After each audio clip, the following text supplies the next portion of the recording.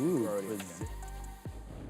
is up, beautiful people? Welcome to How to Trade, formerly known as the Midday Show. That is your girl Adara. I'm Sharif, and as per usual, we're gonna wait for everyone to migrate on over from the other stream. We already have a couple of early birds.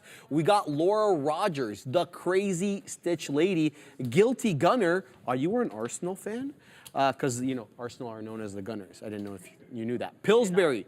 Christopher Holcomb, we got Mark Susie, baby, we got RH, we got Pitchbull, we got The One, Pedro Khan, Miss A, we got Benson Yang, we got Jackknife, we got Nick Free, Chef Joe, Chet GPT, oh, that gauntlet is here, baby. We got Cristiano Ronaldo, Dad Trader, Futures Trader Extraordinaire, we got Atif, we got Pascal, we got Shannon Gregory, we got everybody joining, and we couldn't be happier for you guys to join us today. Another segment on accumulation and distribution. Get your pens and paper ready, or maybe just, I don't know, record the lesson. Let me tell you quickly about this trade that I've had here on DBGI, small cap gapper du jour, or one of many, quite frankly, because the side chart is filled with small cap gappers. We'll get to those bad boys in a second. So Neil called this level out, and I absolutely loved it. So look at this former area of resistance on this name at 9.5. We made our way almost into 13. We come right back into 9.5, and that's the former resistance level. I got long right at that level, and literally is bottom wick. And then we moved our way up into 11.5. I had other beak wetters on the other side of 1150, but we got a bit of a double top there in the high 1140s. It was not to be for my profit takers on the other side of the 50 penny level, and then down we go. I stopped out for the remaining 40% of the position at break even, and now we are flat bottom breaking, baby, through that 950 former area of resistance down into 9. We are VWAP right now, so right now we're holding above VWAP on DBGI, over 200% on the day to the good. But will it flat bottom break through that 9.5 and give up the ghost at VWAP? We shall have to wait and see. Let me give you some information on this name here. Digital Bank Brands Group, it's a $9.75 million market cap, so tiny to say the least. And in addition to the market cap being tiny, so is the float. 980,000 shares available for trade. That is minuscule. Be very careful on this name. Make sure it sets up. Right now, though, Adara, it's putting in lower highs with a flat bottom break at 9.5. Good morning. Good morning. Yeah, congrats on that DBGI. That's a designer trade on Designer Brands Group. Getting started early. Sharif outpunned me this morning. Like, I said something, I didn't even realize it was a pun. And then Sharif's like, oh, you were probably dying to say that. Oh, it was the chips are down. It was chips are. I was like, oh, the chips are down. And she was like, oh, I bet you were dying to say. I was like, oh, yeah, the chips have been so strong lately. And Sharif's like, no, the pun. And I was like, I know, right? I'm like, that was right there for you. So there we go. But yeah, no, my day's been good. Missed a couple opportunities to get into Meta and NVIDIA as long. So Meta here, I liked this cup and handle-ish formation we had, hanging out just below that 9 EMA. Tried to get in. Meta was moving way too quickly. I could not even get into the DMs there. NVIDIA, same story. 9 EMA bounced. I liked it. I would have taken it to this area at which we're actually starting to see a little bit of, you know, petering down. But if we can't make new highs in either of these, I'll short them to the bottom of the trend line. And I say that also because, especially with NVIDIA, this 9 EMA trend bounce is strong enough that I think we could have a little bit of range fun here. We'll see how long it lasts, but those would be my areas of interest. I don't have any trades yet. I will say, I think Sean saying that it's been a hard day to trade makes me very nervous, but we're going to see what we can do. You know, as Obi says, where's the next trade? Right. I'm excited to get involved. All right. I'm very excited to talk about this. Let's get down to work, baby. We're talking again about accumulation and distribution, and today the context is going to be decoding the market context. I know I didn't mean to actually use context twice there, but we're going to talk about a lot of auxiliary factors that you have to consider in addition to obviously price action and stuff like that. So let's get right to it, baby. News and events. So this is very important. So think of market context in the accumulation and distribution phase as crucial for interpreting, yeah, you guessed it, accumulation and distribution patterns. So it's like deciphering hidden messages within the market. Let's dive right into the key elements. The first one is news and events. So obviously here we're looking at bullish catalysts to start. So we're looking first of all, at broad market impact. So you're looking for news affecting the entire market, like what happened today with CPI. You're looking for Federal Reserve announcements, major economic data like NFP, non-farm payrolls. These can trigger widespread buying and selling, potentially leading to clear accumulation or distribution patterns, okay? You're also looking for sector-specific events, right? You want to know about the news impacting specific industries like a new drug for like the GLP-1s. Look what it's doing for Lilly. Look what it's doing for Novo Nordisk. So you're looking for macro news events like that. These can affect the sectors more dramatically. They can also influence the accumulation and distribution patterns within the specific names as well as within the specific sector. And you're looking for company-specific announcements like earnings reports, product launches, management changes, for example. These can have a direct impact on the stock price of a company and also, you guessed it, lead to accumulation and distribution patterns specific to that company. Questions or comments there? Yeah, I will say one thing too is sometimes the more specific a catalyst is or the smaller the group is, the more they can kind of run together. So I will say with regards to GLP-1s, you did mention, oddly enough, one of my favorite niches to trade. And I find those, if you have news on one of them, so Lilly or Novo Nordisk, and there are other companies making weight loss drugs, but those are definitely the two big kahunas of that world.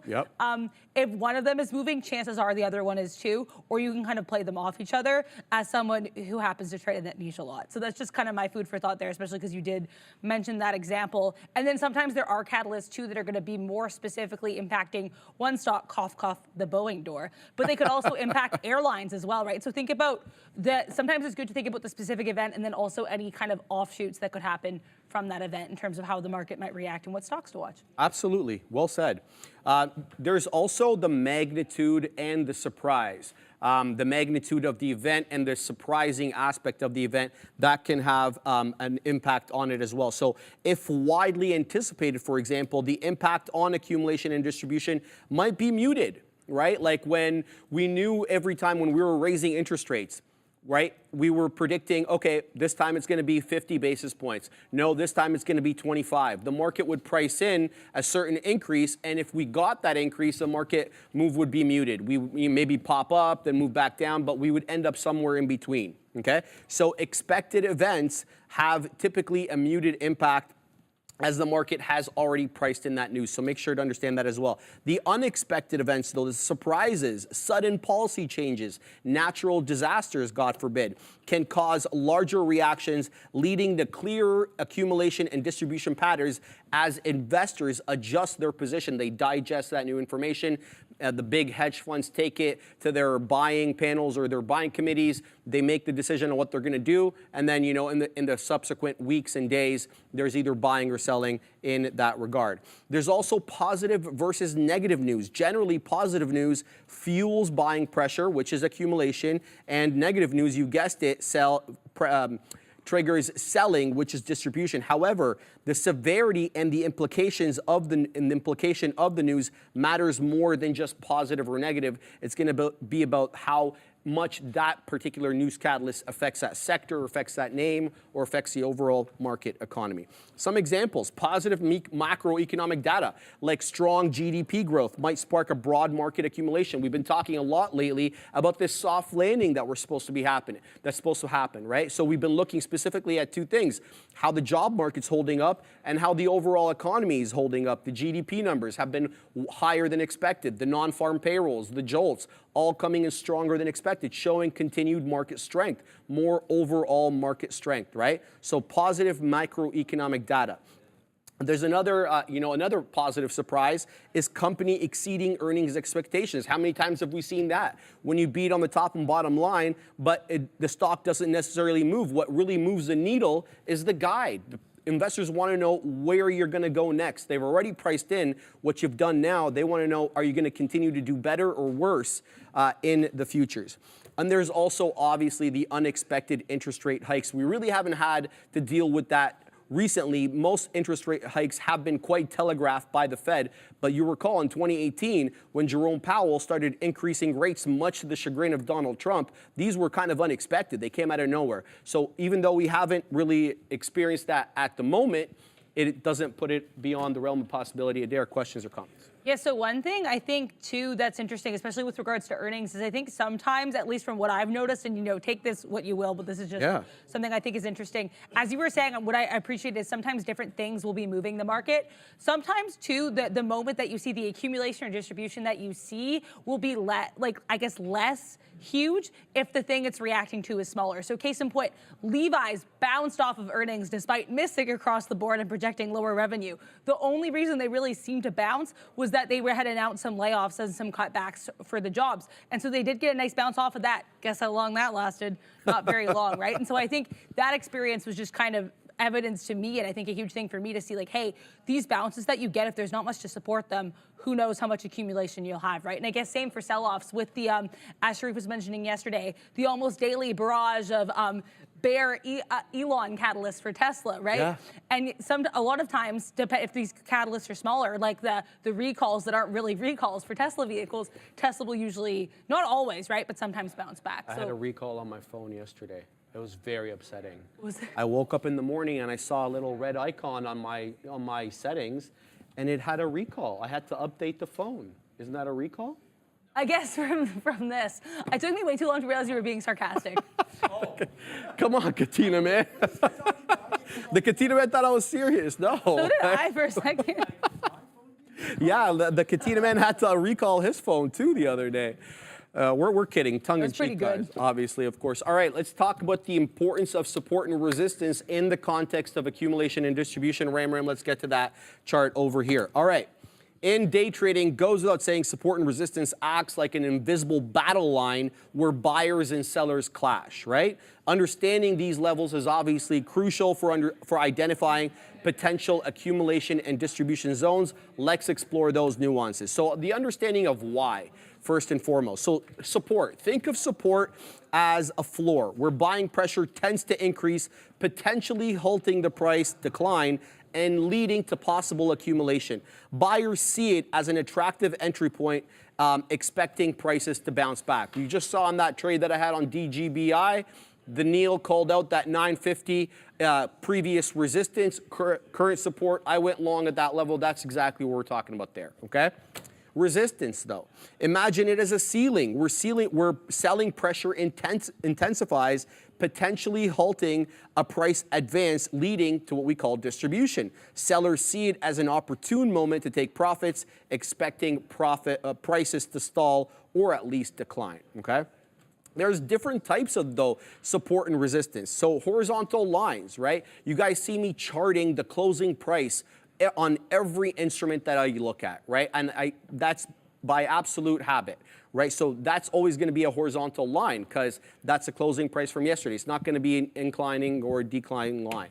So draw past price points where price bounce occurred, reflecting historical buying and selling pressure. Trend lines, though, equally as important for support and resistance, connecting the swing high and lows to identify potential support and resistance areas, and Fibonacci's.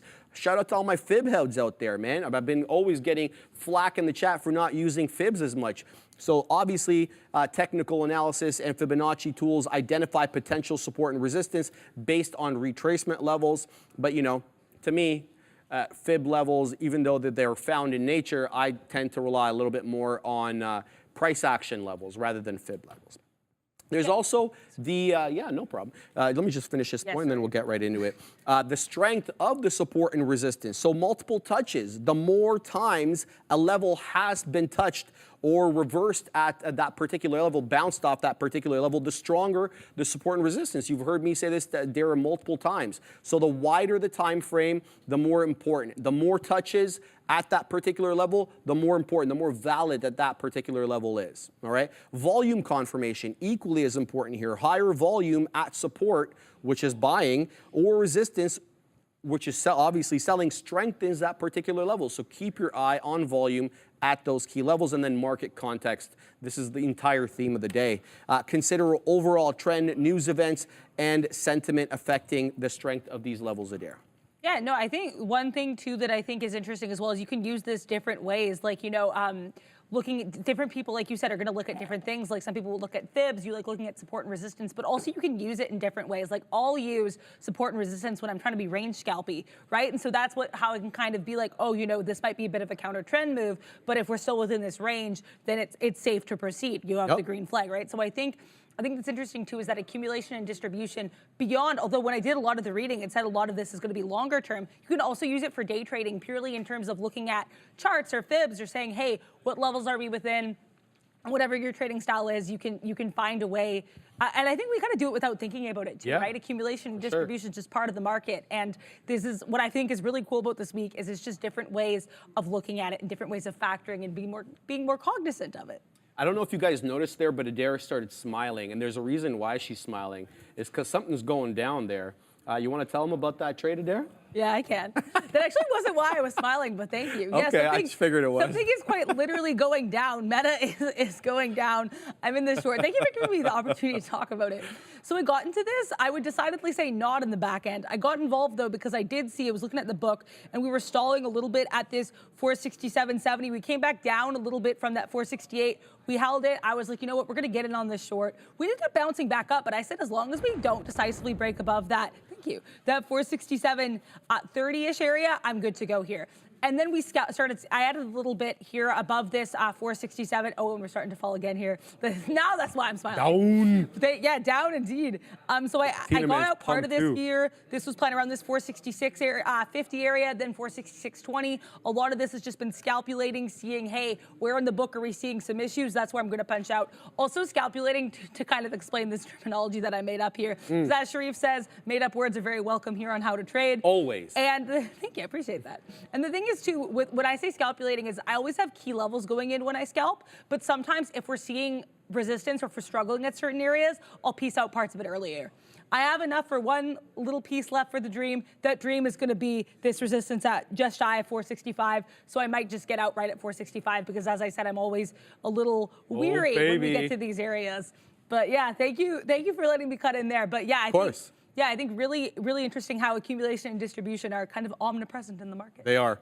And Larry Finkster, shouting you out there indirectly says, upside down umbrella handle? Oh!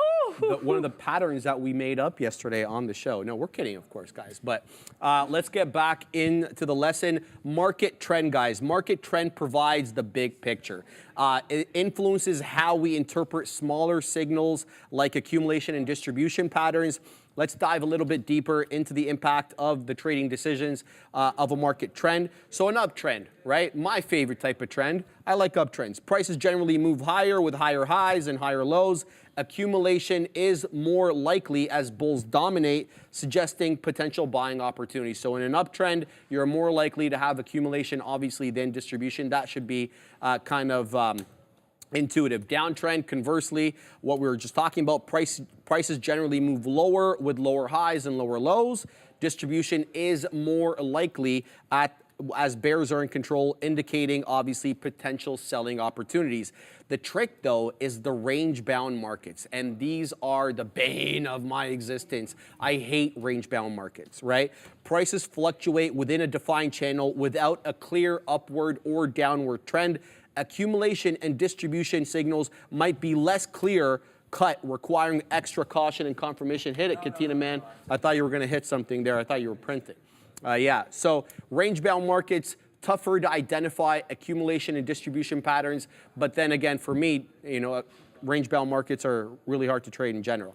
Understanding the trend strength, though, another key variable in here. The steepness of the trend. When you see something like NVIDIA absolutely rocket up with, I don't know, like a 45-degree angle, maybe even more. The steepness of the trend, steeper trends suggest stronger momentum and clearer accumulation and distribution patterns. The duration of the trend. Hit it, Katina, man. What is that? The floss? And Neil. And Brendo. Oh my God. Brendo on the top right for some reason. I like it. He's hiding. The Chilean Nightmare just made that, eh? Shout out to the Chilean Nightmare. Shout out. The duration of the trend, equally as important, guys. The longer the trends tend to be, the more reliable than the short-lived ones. That should be kind of, Newtonian, in my opinion. Confirmation from indicators using moving averages, MACD, RSI to confirm the trend direction and the strength. So keep in mind, you really need to analyze trend strength to know how vigorous or not vigorous the accumulation and distribution is going to be, and the impact on accumulation and distribution of overall market trend. In uptrends, obviously look for accumulation near support levels, potential breakouts above resistance, and confirmation of buying volume. In downtrends, focus on distribution near resistance levels, obviously on the daily or the weekly here is what I'm talking about. Look at the potential breakdowns below support and the confirmation of selling volume. And again, range-bound markets, be cautious in range-bound markets as accumulation and distribution signals might be weaker. Look for breakouts from within the range with confirmation before taking a position. Questions or comments, Adara? So one thing I wanna say too with regards to being range bound, and again, this comes from, you're always gonna have different perspectives on accumulation and distribution. Now, you and I are both gonna be cautious of range bound markets for different reasons, because I know you are a trend trader. I like ranges, but why I'm cautious of them is because they can fall in or out at any moment. And so that's when, like we were talking about with accumulation, and distribution, if you're gonna get to a breakout or breakdown, you're gonna see an influx of volume. So you really wanna be careful of volume when you're getting involved in these range trades as someone who does enjoy them, because just because we had a range up to this point doesn't mean it's gonna hold up, right? And that's why also it's nice to look at the general market and see, hey, what are we doing? Like, how are the Qs doing? How are the SPY doing? That's something I want to do more, which is why also partially I've started trying to trade some of these indices, because it gives you a better sense of how the overall market's moving. But basically, yeah, like different things are going to matter for different reasons, basically, depending on your experience with the market. And then you also have to combine everything we've just given you. Combine it all, guys. Like Adira and I have been saying, it's on the balance of the evidence approach. It's not just one thing that you should be looking at in isolation to the exclusion of others, on the balance of the evidence. So don't analyze these factors in isolation. Combine them like pieces of a puzzle. Is bullish news driving prices towards support in an uptrend? This could signal obviously strong accumulation. Conversely, is negative data pushing prices against resistance in a downtrend? This could hint at a possible distribution. And remember these little points, okay? Market context is dynamic. Stay updated and adapt your interpretations as news unfolds and trends evolve. Here's a little tip. Explore sentiment indicators like put-call ratios, right? Or social media analysis to gauge the broader market sentiment, enriching your understanding of context. And that's something that I put on my, what is that? When you start the new year? Resolutions. That's one thing I definitely have on my resolutions list, to understand more about options, not just to trade options, but to help add color and context to my equity trading, because a lot of the the movement we get happens in the options market and then finds its way into equities. So by mastering the art of reading the market context, you can gain valuable insight into understanding forces driving accumulation and distribution patterns, ultimately making more informed trading decisions. And isn't that what we all want? That is really the end of the lesson there. And we will start that up again at the top of the hour, Adara. And people were asking in the chat for PDFs of the notes, and that's something I can discuss with the production team, with the Brendo, see how they feel about that. Maybe we can make it available on the website. I'll let you know. All right, so let's have a look here, Adara, at the future. First and foremost, I just want to start because this is what the Katina man was talking about earlier when we moved up into 17.8. Look at that rejection at 17.8, right? We made our way up off that 17.6 bounce, even though we broke 17.6, albeit very briefly, into 17.586. We definitely held that 17.6 on a closing basis. It was one candle, one 5-minute candle that broke 17.6. And then we moved all the way up here into 17.790, not quite up into 17.8. And then now we're making lower highs, but we're not really making lower lows. In fact, we bounced off VWAP, which is at 17.725. So I'm going to keep my eye here on this 17.8 level because the market looks like, I don't want to say the market's going to go up or anything. That'd be kind of a bold statement given that we're down 1/5. But I'm keeping my eye on this level. Do we make our way back up into 17.8 here? And if we do, is it a short or is it a long at that point? I'm going to be watching the future intently today because there's a lot of movement in the future. How goes that MetaTrade though? Oh, the meta trade went swimmingly. I'm pleased as punch. I did leave because, and I have to say, I'm pretty happy with how the exit went. So basically, the initial goal was to kind of get out right above 465.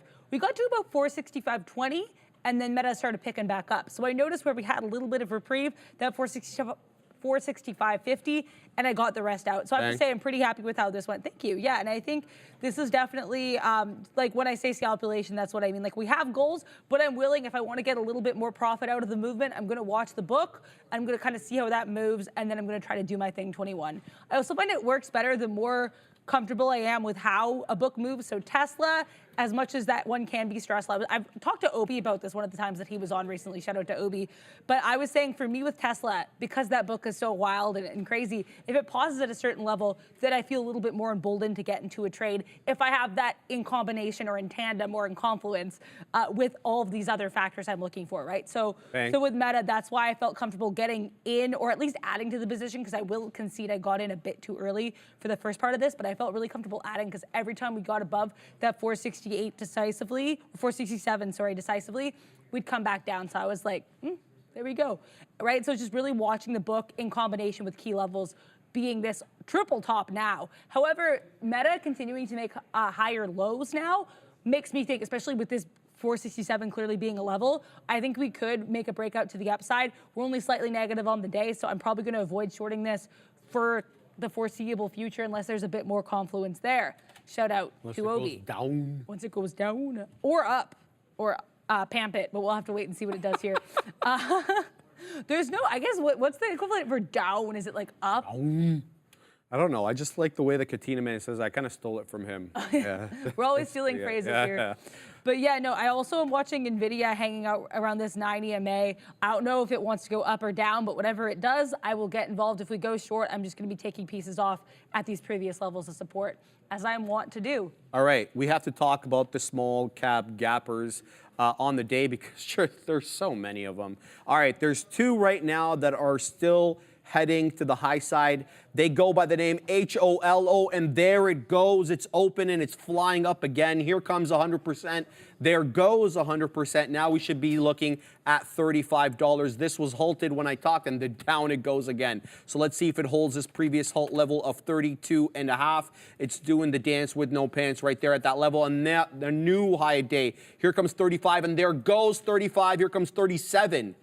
There goes 37. Unreal, bro. Yeah, it's unreal. There goes 38. So Holo absolutely flying to the high side. This is a runner from last week. This is what started the small cap madness that we have. It was the first triple digit gainer last week. It precipitated a whole host of other triple digit gainers. And this is how the small caps work, guys. They come in waves, right? Get ready for the waves of small cap gappers. But anyway, 38.09 for now. This one's a monster. Let's keep an eye on it. But the other one here, the one Nimit was talking about, BGLC. This one's halted at 2.25, just south of 220, 2 1/5. The high of day is 2 1/4. It's not open just yet. I don't know what time it halted. I have to look at my side chart, but we're almost essentially at high day, right? We're 4 points off high day at the moment. Let me give you some details on BGLC. This bad boy is an 8.7 million share float. So it's not micro, but it's not big either. It's a $39 million market cap. I forgot to load up trade ideas, so I have to load it up now. We're going to find out what the short float, if any, is on BGLC to see if this bad boy is squeezing, is short squeezing to the high side. Give me 1 sec here. It's almost done. There we go. Shout out to the NOS boss and his crew there at Trade Ideas. All right, let's find out BGLC. So this one, we don't have a short float, sadly, from Trade Ideas on this name, but it's also saying the float's a little bit higher. It's about 10.12 million shares there on Trade Ideas. So a bit of a variance between my platform and Trade Ideas. So yeah, we can take the mean. Anyway, we'll wait for this one to open, but it's two small cap gappers that I'm keeping my eye on, BGLC and HOLO. The reason is, these are the only two that are above VWAP at the moment. BMR is below VWAP. It's trying to hold 15, but VWAP's at 16 1/3. DBGI, the one I traded, positively, mind you, the VWAP's at 9. It's trading at 750. OMH, this one as well, was almost at 750. Now it's trading down to 281, so it's well below VWAP. And AULT, look at this Christmas tree retracement here. Shout out to Randy. Broke through a buck ever so briefly, and then all the way back down we go into 50 pennies, holding that 50 penny area. So just two tradable small cap gappers for me, HOLOBGLC Adara. Yeah, I mean, congrats to some people in the chat mentioning they did well in AULT. Congrats to you. I know Bovine, I love that name, just saying that now. D. Westermeyer earlier as well, so shout out to you guys. If I see them move, I go get them. I just saw that. Thank you very much here. Kyle Burdett, thank you so much for this $1.99 super chat, which I'm very excited to read. Adara, I ain't no holla back, boy. Yeah, I mean, I like puns. I like Gwen Stefani in the early 2000s, and thank you so much for the support. We really do appreciate it. And yeah, that was very fun for me to read. I really have to say there. Thank you so much. Yeah, the Piper saying spread is too wide on these small cap gappers. Yeah, the spread is certainly crazy, and I think too, especially when these small cap gappers are moving a little bit. Some of them don't even have that small floats, right? Some of these have like 10 mil share floats. I think a lot of it is just kind of excitement. They're all excited their friends are running, so they want to run too. But it's like, did you ask your parents' permission? Do you have, do you have like your winter coat? I don't know if they're all really ready to run. And so I think that's why some of them are falling with the swiftness if their catalysts aren't going to have that strength. I like the whispering of swiftness there too. Also, this Tesla short is becoming dicier by the day, but as long as we stay, or not the day, I've not been in it for a day, but as long as we stay below that 185, I'm interested. Initially, this was looking nice, kind of curling back below from that 9 EMA. We're going to see if it stays nice.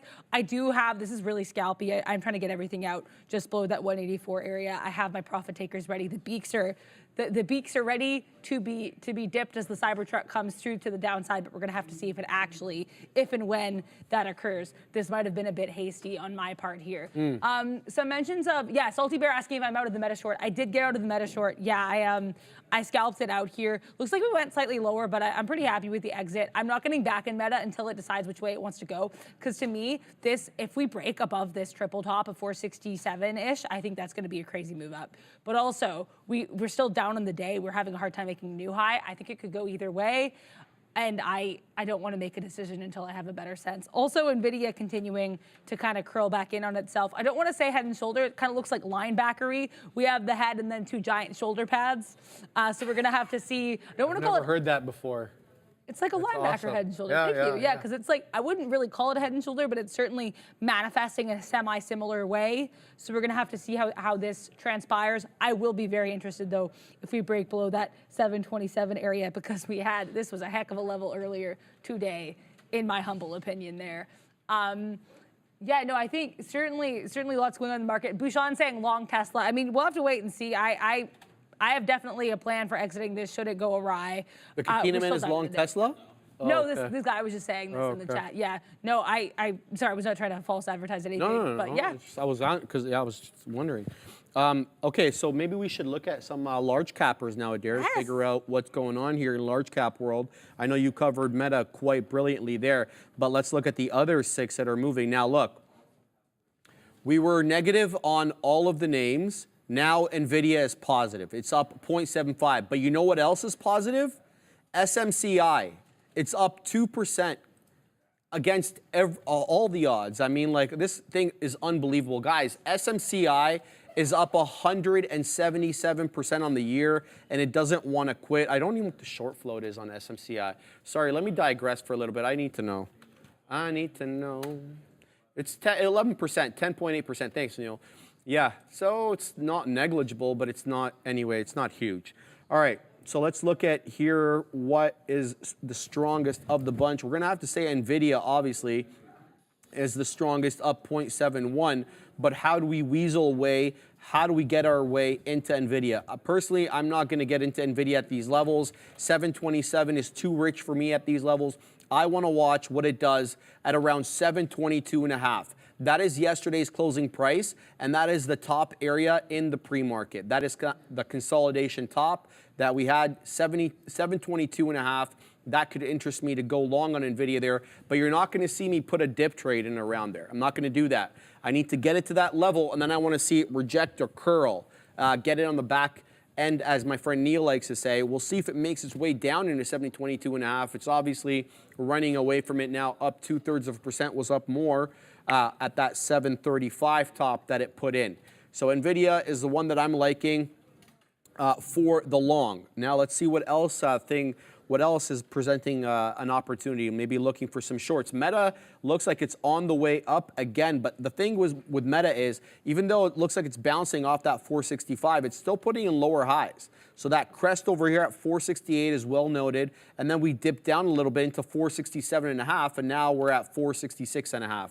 So lower high, lower high, lower high, but higher lows at the same time too. So possibly here a bit of a bull pennant, right? But then, I mean, I don't want to see what I want to see, right? Because we have such a big downtrend. I don't know if this is the appropriate area for a bull flag or bull pennant. Anyway, Meta looks strong though. It looks stronger than the rest, quite frankly. Here comes 467 on Meta.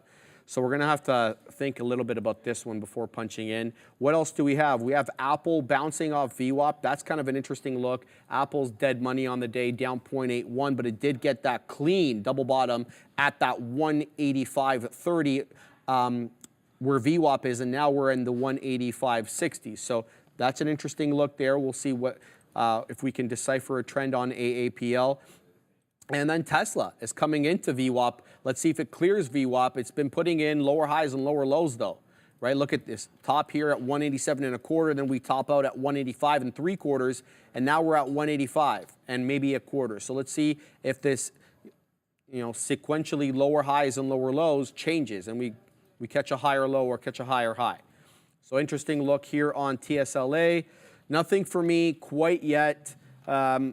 Whether on small cappers or these large caps, I'm definitely looking for something here to weasel into, but nothing to my liking quite yet, Adair. Yeah, so I got out of the, I agree with Meta. Meta, like I said, I'm watching that 467 like a hawk, eagle-eyed there. I did get out of the Tesla short, probably a bit too early. I watched, like I said, I was watching for a break above 185. We decisively broke above 185. I had to say goodbye, but we're curling back down below it. So maybe I should have waited for a full candle close there. C'est la vie. I stand by the point of entry and I stand by the point of exit from a risk management standpoint. Like I said, sometimes risk management's not going to be glamorous, but it's what you have to do. And in terms of the entry here, we did pause at this level for quite a while. We initially made moves lower, like that, just to kind of for the thesis of that move for me. But that's okay. The market proves you wrong. You got to move on, brush off your shoulders. When's the next trade? As Obi likes to say. Also, that NVIDIA 727 bounce.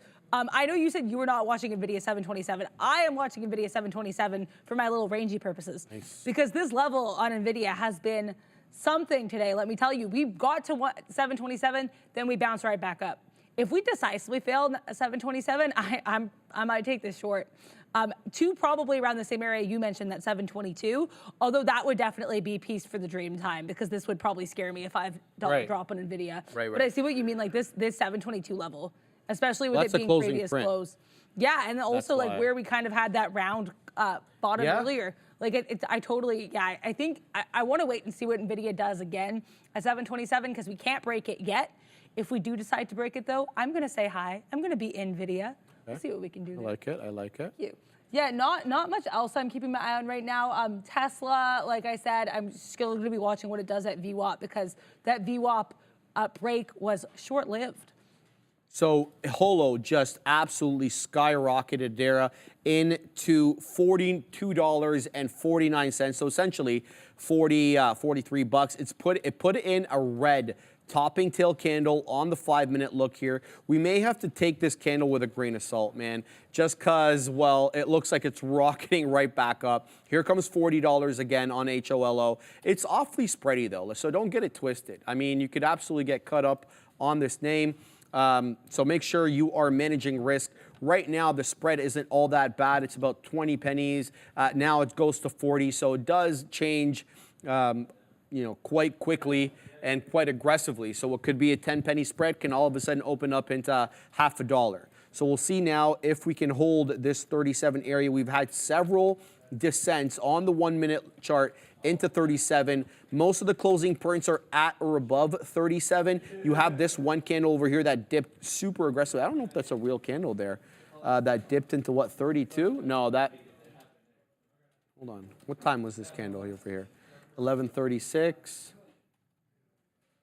No, so that candle, this is bamboo. This is not accurate. This candle's wick over here, that's a dark pool print. So most of the prints here are at 37. Looks like we're holding that general 37 area. Here comes 39 though, right? So now we're looking at that whole dollar. Can we stay above that $40 area? Let's chart HOLO. Were we up here last week? How far do we get? Okay, so here's a look on HOLO. We did make a move past 50. So we got to about 51 and change. Right? That was on the 7th. And then we had some pre-market action on the 8th. So this was whatever, the next day, the 8th, we popped up in the pre-market to around where we are right now. So look at that pop up here. That's pre-market action. So we have to look at it with a bit more skepticism, but some of these small cap gappers, they do their biggest moves in the pre-market. Here comes 43 the high a day right now, but we're moving $1.50 at a time here on HOLO. It's madness, and we just dropped $3 like it didn't even matter. Whew. Yeah, that's nuts. So this is the candle that I was trying to chart off here, that 7 a.m. print on the 8th, but we've broken above that. Next piece of resistance is going to have to be that whole dollar level at 50 bucks, that $50 level, and then above that obviously is that quick wick that we had into 51, but it's really 50 that's going to be the price here. How I work my way into this, you know, an entirely different story. It's just too aggressive, and there's just way too much risk to be had here, sizing into this thing, right? Maybe you can get in a few shares and, you know, you lose 50, 60 bucks if it goes against you, $5. But you know, if you're going to size in big here, you could absolutely get rinsed if it goes against you the wrong way. I'm going to have to think of this because I don't have a plan to get in this right now. I'll have to figure that out. Yeah, I will say, like, congrats to anybody who's been doing well in the small caps, because they are, you know, as Sharif once said about NVIDIA, they're not for the faint of heart. It's something that would very much stress me out. So I have, like, you know, so much respect for Sharif and Neil and everyone trading these small cap gappers, because they move with a viciousness and a swiftness. So yeah, what a move there. I think that's a. Yeah, HOLO is, as someone was saying, lots of people going YOLO and HOLO, and I think that's certainly not inaccurate. Yes, last week too, as Sharif mentioned, HOLO kind of started the new wave of these small cap gappers going up 3 digits. It also brought along briefly a friend with it, WIMI, W-I-M-I, which was also a hologram name, down 3% of the day, so clearly it left it behind at the bus stop or something. But yeah, HOLO certainly having some kind of spell on the market right now, up 120+%. And honestly, you know, we were talking about this yesterday too, and I appreciate you pointing it out, is a lot of these halts will still kind of make the form of chart patterns. And I think you can certainly see that with HOLO, regardless of the volatility and, for lack of a better word, the madness with which this moves. It still does have your, more or less, your up and down patterns here. Let's talk about A40 rounds or A40 rounds. $10 super chat. First super chat in the live stream. Thank you so much. Great job as usual, guys. Your hard work shows. Thanks. I would love to see some more average traders again, like back in your day. Take a look at AI, please. Female traders rule. Thank you. Well, I cannot speak for all female traders, but as a female paper trader or simulator trader, I thank you very much. And let's look at AI. And thank you so much for your super chat. AI is on the New York, which is a plot twist for me. I was not mentally prepared for that. But yeah, this is a really nice look at AI. Also, do you want to, you can talk about your video. Yeah, we're $1 in the money right now on this NVIDIA long. We're looking for a move and a hold above 730 here, Adair. We got long 729.77. Here comes that 731 area. We're going to put that at around 92s. Let's see if we can get that fill in and around there. It's a slippery one here. I got to tell you, I'm a little nervous holding this because, well, this one can move dollars at a time. So I'll send it to you as I put out some orders. Yeah, congrats to you on that. I was watching that, and yeah, 727 clearly was like, ha, Dara, this is not a level, and then flew up. So congrats to you on that. Congrats to anybody NVIDIA long. Mildred mentioning this one. Yeah, thank you for pointing that one out as well. I'll still be, again, I'll keep my eye on 727, but it looks like it's going to take us a little bit longer. So very happy I did not close my eyes and punch in. But back to AI for this super chat here. I think this rounded bottom actually coinciding a little bit with VWAP. So we kind of bottom out around VWAP. Chop and churn, ride this 90 EMA beautifully. I will be very cognizant of what we do at 3060 because that would be a double top. should we hit at that level, right? So I think that would certainly be something to note in terms of the daily look, the intraday look, sorry, on AI, C3 AI. However, we are still down 3% plus on this name. Also, this one is really heavily shorted. Like I discovered this at the big desk. There's like a 32% short float on C3 AI, which is I think something worth noting as well. It's definitely in the 30s or above. Oh, what an area of support at this 24 area. 1, 2, 3, 4, 5, 6, 7 times we've touched this bottom here at 24 on C3AI on the daily chart. This goes back to September. I would certainly call this a level. One thing I will say as well is I think breaking decisively above that 31, 32 area could be momentous for C3AI, and I say that because that's been a bit of a local high as of note. We're getting into that area again. I think if we break above it, I would be watching what we do. You know, and I also say 31, 32 because look, this was a double bottom earlier. Then we come back to find it as resistance. You know, I like looking at resistance and support. That's a huge thing I've learned from being at this desk, and I know something Sharif emphasizes as well. It's something I've tried to learn from there. But yeah, this AI, my levels are 24 as support, and then I'm going to watch what we do 31, 32 because we're kind of nearing that level. Definitely support becoming resistance, I would say, on the daily chart. I hope that helps in some way, but I think this is a really, really cool look here. I gotta get out. Yeah. I got out the other remaining balance there. Yeah, it's just, look, it's not setting up my way. This was kind of like a more impulsive trade. Gotta be honest. We got some profits on it. We give up we gave up about 50% of the winnings there. So only hold, yeah, that sucks. That's all right. That's all right. All good. Still up on the day, but we gave back about 50% of the winnings there as it did. We got out at 729, so we gave up about 70 pennies. I just couldn't hold this with the amount of size that I was holding at that level. It just wasn't a good trade. More impulsive, but we'll look for something a little bit more structured, less impulsive. Yeah, I don't like anything at these levels, man. Jeez Louise. People tell me to look at ARM. All right, sure, let's have a look at ARM. I pulled up Disney as well. Just before I get to ARM, because Disney's putting in a nice little move here and has been for several days, right? So good look for Diz. It started its life out in the 108s. Now we're breaking through the 110s. We're looking to go a high of day at 110 and a third. So we'll keep Disney on watch here. But we're going to look at ARM now. Let's see what we got on this monster. What is ARM down? Down only 14%, but look, it's only up 0.5% since the bell. So this is not that's not the chart for ARM. Too consolidated for me and still putting in lower highs. If I could be quite honest, it's also having trouble with every whole dollar level it's popping into. Like look at that pop into 30 and then a quick reject. Pops into 29 and another reject. Now it's with 30 again and then another reject. Now it's having trouble with 29. So the price action compressing here with higher lows but also lower highs. So this one for me is a no-go at this level. Maybe you see something I don't see, but I'm going to definitely need something above these levels to kind of show me, okay, we're changing trend. We're going up here. We got VWAP at 130.5. Yeah. No, not for me right now on ARM. I'll pack my patience, though, because this one could have a nice mean reversion trade back up, seeing that it is 14% down. But guys, this thing was monstrous yesterday. 14% is really nothing here given what we gained yesterday.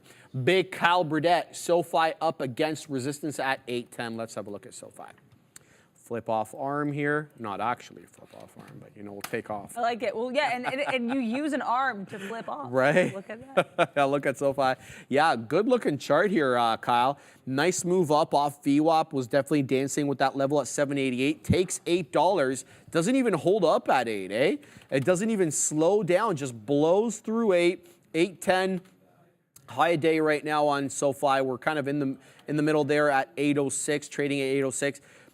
I don't have a trade up here. It's down on the day. We have a nice possible move into that pre-market low consolidation area at around 8.25. The high area for the pre-market consolidation top is around 830. Yeah, it's a good looking mean reversion gap fill right off that big drop that we got on CPI. So that's a decent look there. What else are people talking about? Glenn Smith, profits are earnings, winnings are for gamblers. Sure, okay, whatever you say there, buddy. We'll keep looking at some other names. Yeah, NVIDIA, this one is still, Yeah, I'm happy I got out of this one because it's continuing to make lower lows. It's that 727 area that's where I should have been sitting. That's where I should have been sitting. But yeah, be honest with you, kind of FOMO'd into this one. All right, nothing else for me to look at here as BGLC is halted, guys, $1.65 currently. Yeah, I mean, yeah, so many small cap gappers. A lot of them are small cap halters, you could actually call them, because they spend a lot more of their time holding than they do running. Yeah, that NVIDIA has been, to use your word, bamboozling for sure. It has been. I am watching, like I said, the second 727 comes, we will show her revenge. We will say, hey, NVIDIA, this is payback. And then, well, not in a revenge trading way, just in a normal, nuanced way. You know what I mean? Being a little dramatic here. But also, there's a chat here that I find I want to talk about here from, I think it was Trinity 3R. Could you look at IWM? Is that an ascending wedge? Yeah, I definitely could look at this for you. I actually have been trading IWM as of late, and I find it kind of, for whatever reason, I think the movement of it is pretty solid. I have the 3-minute on because for whatever reason my 5-minute, oh, never mind, my 5-minute's good now, so we'll just use the 5-minute. I prefer to chart in the 5-minute. I see what you mean with regards to this 197.50 top, but I think I want like a little bit more evidence, I think, and by that I mean a couple more touches of that 197.50 before I can confidently say it's ascending wedge.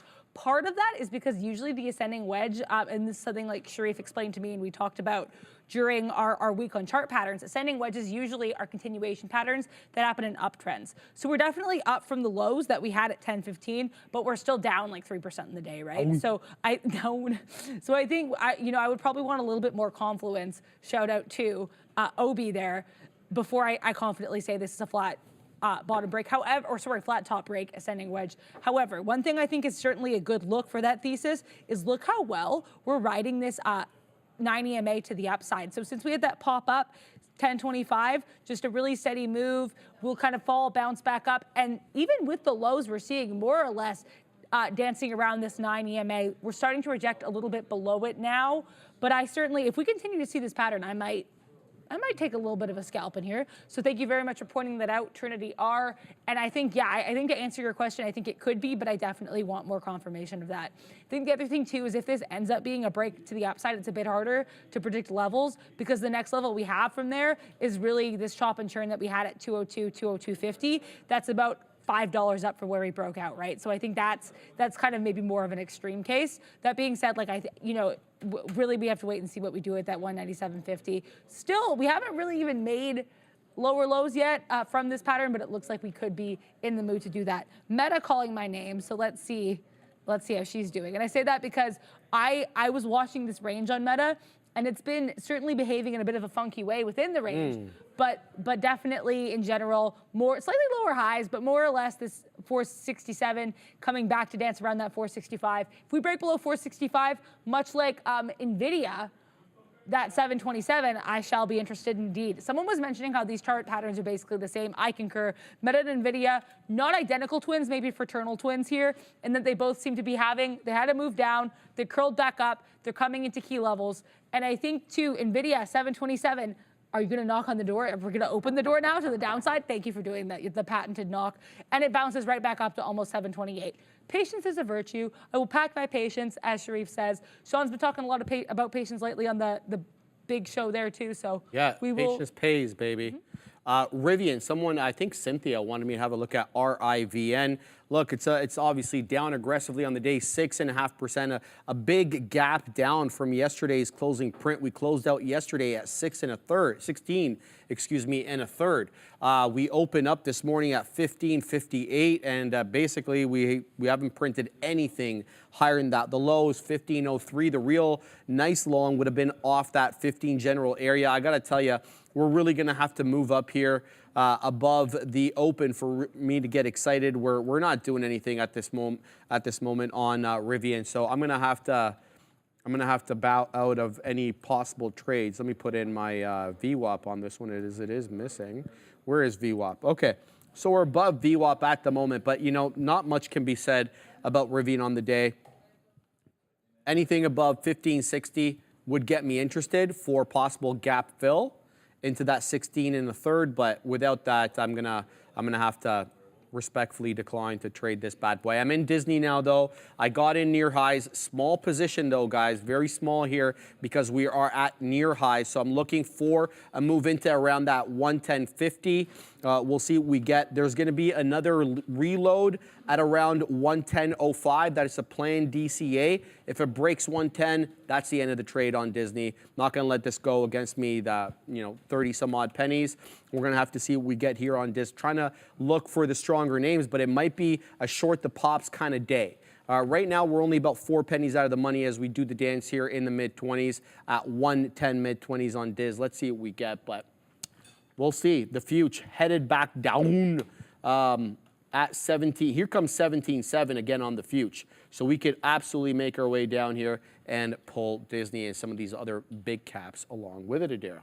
How is the House of Mouse treating you so far? Not good. We're about 5-6 pennies out of the money at the moment on Diz, but well, now 4 pennies out of the money. This one's dancing below that 110.30. We're looking for a first profit taker at 110.40. Really, I really want to see what it does at the $half level. That's if it makes its way up there. If it comes into that 110.05, I'll be looking at DCA into this. Yeah, no, I think certainly too the fact that it's kind of like, the idea of resistance and support. I think it's a nice look there on that House of Mouse. We'll see. For sure, yeah. We'll see. Fingers are crossed, and hopefully it can pamp it up. Pamp it. Yeah, I can't say it right. But yeah, also I did get involved in this NVIDIA short. I was literally waiting with my finger at the ready for the second this had this decisive break below 727, and I let it dance around for a little bit. Teeny tiny baby position, the smallest position one can have, really just to get in practice of noticing a level, getting confident punching into that level. Really small position. Depending on what we do at the 727, I might add, but honestly, probably be a little bit too full of trepidation to add a bit there. I'm just going to kind of let this hopefully ride to the downside. If we break decisively above that 728, I'm going to give this $1 because it is NVIDIA and she needs the space to breathe. That will be the area at which I exit in terms of profit taking because I don't really have a large enough position to piece it out. I said don't really. I really do not have a large enough position to piece it out. It is a baby position. I'm going to be getting out around this 724.50-ish area because that's where we saw that consolidation earlier. So that's the plan with this trade. Also because Sharif pointed out, and I totally agree, that 722 level, I do not want to be involved in NVIDIA when 722 hits. Previous day close, kind of a cup and handle-ish situation earlier. No, sir, no, ma'am, no person. I will be out of this before 722. We're going to have to see if it even gets that low, but that was kind of the thesis for entering this position. And we'll see if patience pays, because I know sometimes I see Bears versus Bulls in the chat, patience, P-A-Y. So love that. Hopefully that ends up working out. Shout out to that. It's very accurate and a very apt pun. Yeah, that's I'm right trying to down look your for more alley. trades still. Pardon? That's like right down your alley right there. Yeah, that's my alley. That's where I live. But yeah, I think that's a good look. I wish I had more stuff on the horizon right now. Really, just NVIDIA and how. Oh, the House of Mouse got a nice little pop. All right. There. Well, we haven't taken a profit taker on it quite yet, but it moved above my entry where I'm sitting at 1040. So I don't typically sit on the whole dollars, but whatever. It's a random whole dollar. So if we get that 1040 print, great. We'll be 9 whole pennies in the money on DIS, but we're definitely looking for a bigger move up on Disney. It's been strong on Disney lately ever since that earnings report. We haven't heard a lot from Nelson Peltz, by the way, who all of a sudden, has fallen off the scene, I guess, because they did better than their earnings expectations. By the way, Nelson Peltz is playing with somebody else's money when he's doing this whole Trian, activist thing, trying to get a board position. It's actually Ike Perlmutter's money. He's got about $5 million of his own money in there. 25 million, though, is Ike Perlmutter. So he's definitely a proxy for a proxy, right? So we'll have to wait and see what ends up becoming of this whole proxy fight between Iger and what's his name? And that guy from Trian. Nelson? Peltz. Yeah, Peltz. Because, well, Iger basically said he didn't plan on talking to him after the earnings call. And he was quite confident in saying so because, well, they beat, right? So we'll wait. We'll pack our patience. Eric Lundville, how do you decide to take profit? I look at, for something like Disney, Typically what I'll do is if I'm in a bigger position, I'll look to see what the key resistance levels are on the 5 or the 10-minute chart. But this is a very small position, so I'll probably be like piecing it out every 10, 15 pennies. I'm looking to see what we do at the whole dollar. Can we break through that whole dollar? Or I'll be looking to see, can we hold that 110 level, so at the whole dollar as well. Sorry, I meant the half dollar at 10.50. Can we break through that 110.50 top at the half dollar, and then whether we're able to hold the whole dollar at 110. Hence why I'm looking at DCA at that 110.05 area. So we'll wait and see. Chef Joe, yeah, it popped up on the Google machine, but covered. Okay, I'll read that in a second because him and I are talking about something Tesla related this morning that was published. Get that 10-cent club, Aaron Scribb says. Yes, baby, we want that 10-cent club. Yeah, I remember. I love Aaron Scribb, like, trademarking this club. Yeah, he was trolling me for that yesterday, right? I like that. We'll wait and see. We'll wait and see. Say it again, Neil. 100%. No. I mean, Neil's saying 10-cent move on a dollar stock is like a $1 move on a $100 stock. So no question about that. But we're in Diz, right? This is a $100 stock. Here comes Disney down into that 110.10 level. I'll be sitting with a DCA at 110.05. Can't hold this level. That's it. We're going to get out of this bad boy. It wasn't able to print me here on that 110.40. So right now, we are in Negativeville on DIS Adara. I will say in defense of the 10-cent club and why, because like as Neil was saying, I totally agree. As someone who once proudly took 20 cents from NVIDIA, I think, it is what it is. And I think the funniest thing too is I did that and then Sean was like, that's a spread. And I was like, yeah, being a little bit more cognizant there. Also, I'm out of the NVIDIA short. I'm out NVIDIA, and so basically patience was the name of the game here. I did not want to punch in too early. I got in right at that 727, literally though, through waiting like a hawk. So thank you. Yeah, I took it, and I took it just to that area, that 724.50. I was tempted to get out earlier, and I said if we can't break that 726, I'll take $1 on it. We could, so that was kind of the plan there. Pretty comfortable with the scalp. Pretty happy with how it went. And again, today the main thing, just trying to be a bit more consistent. And when I take L's, take them and then run. That's what happened with the Tesla short earlier today, right? So that's what, because yesterday was a bit rougher. Feel like I learned a lot, and we're gonna have to see if this continues. Thank you for the support in the chat. Very much appreciated. Yeah, really just trying to learn every day and feel very grateful to be learning here with everybody. Someone also saying The House with Mouse sounds like a horror movie, but yeah, hopefully not a horror movie there hopefully with Sharif's trade. But for now, we're gonna have we have someone who is real, a very big deal, and his name does happen to be Neil, and his real deal is happening right now.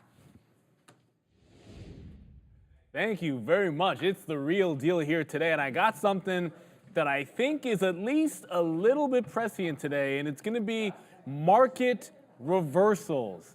Now, the thing about this, and I want to make this very, very clear when we talk about market reversals, I'm not saying just every single time we change direction. Okay, like markets change directions, stocks change directions, they flip all the time, they're going all over the place. But a market reversal is something where you have an overwhelming move in one direction or the other, or a trend that's set up and been going all morning long or into the afternoon, and then you just turn on a dime and make it's called that big right-hand turn. If you're at the highs, you make a right-hand turn, you retrace all the way into the lows, and it's something that happens quick, it's something that happens on volume, and you've got to be able to, as a day trader, trade both around them, take advantage of them, or not get taken advantage by them. So, just want to get that out there first. I'm not talking about just, we go up a little bit, you make a little bit of a turn, come down for 15 minutes, and then go up again. I'm not talking about that nuance. This is all about the bigger moves. So I'll give you an example from yesterday.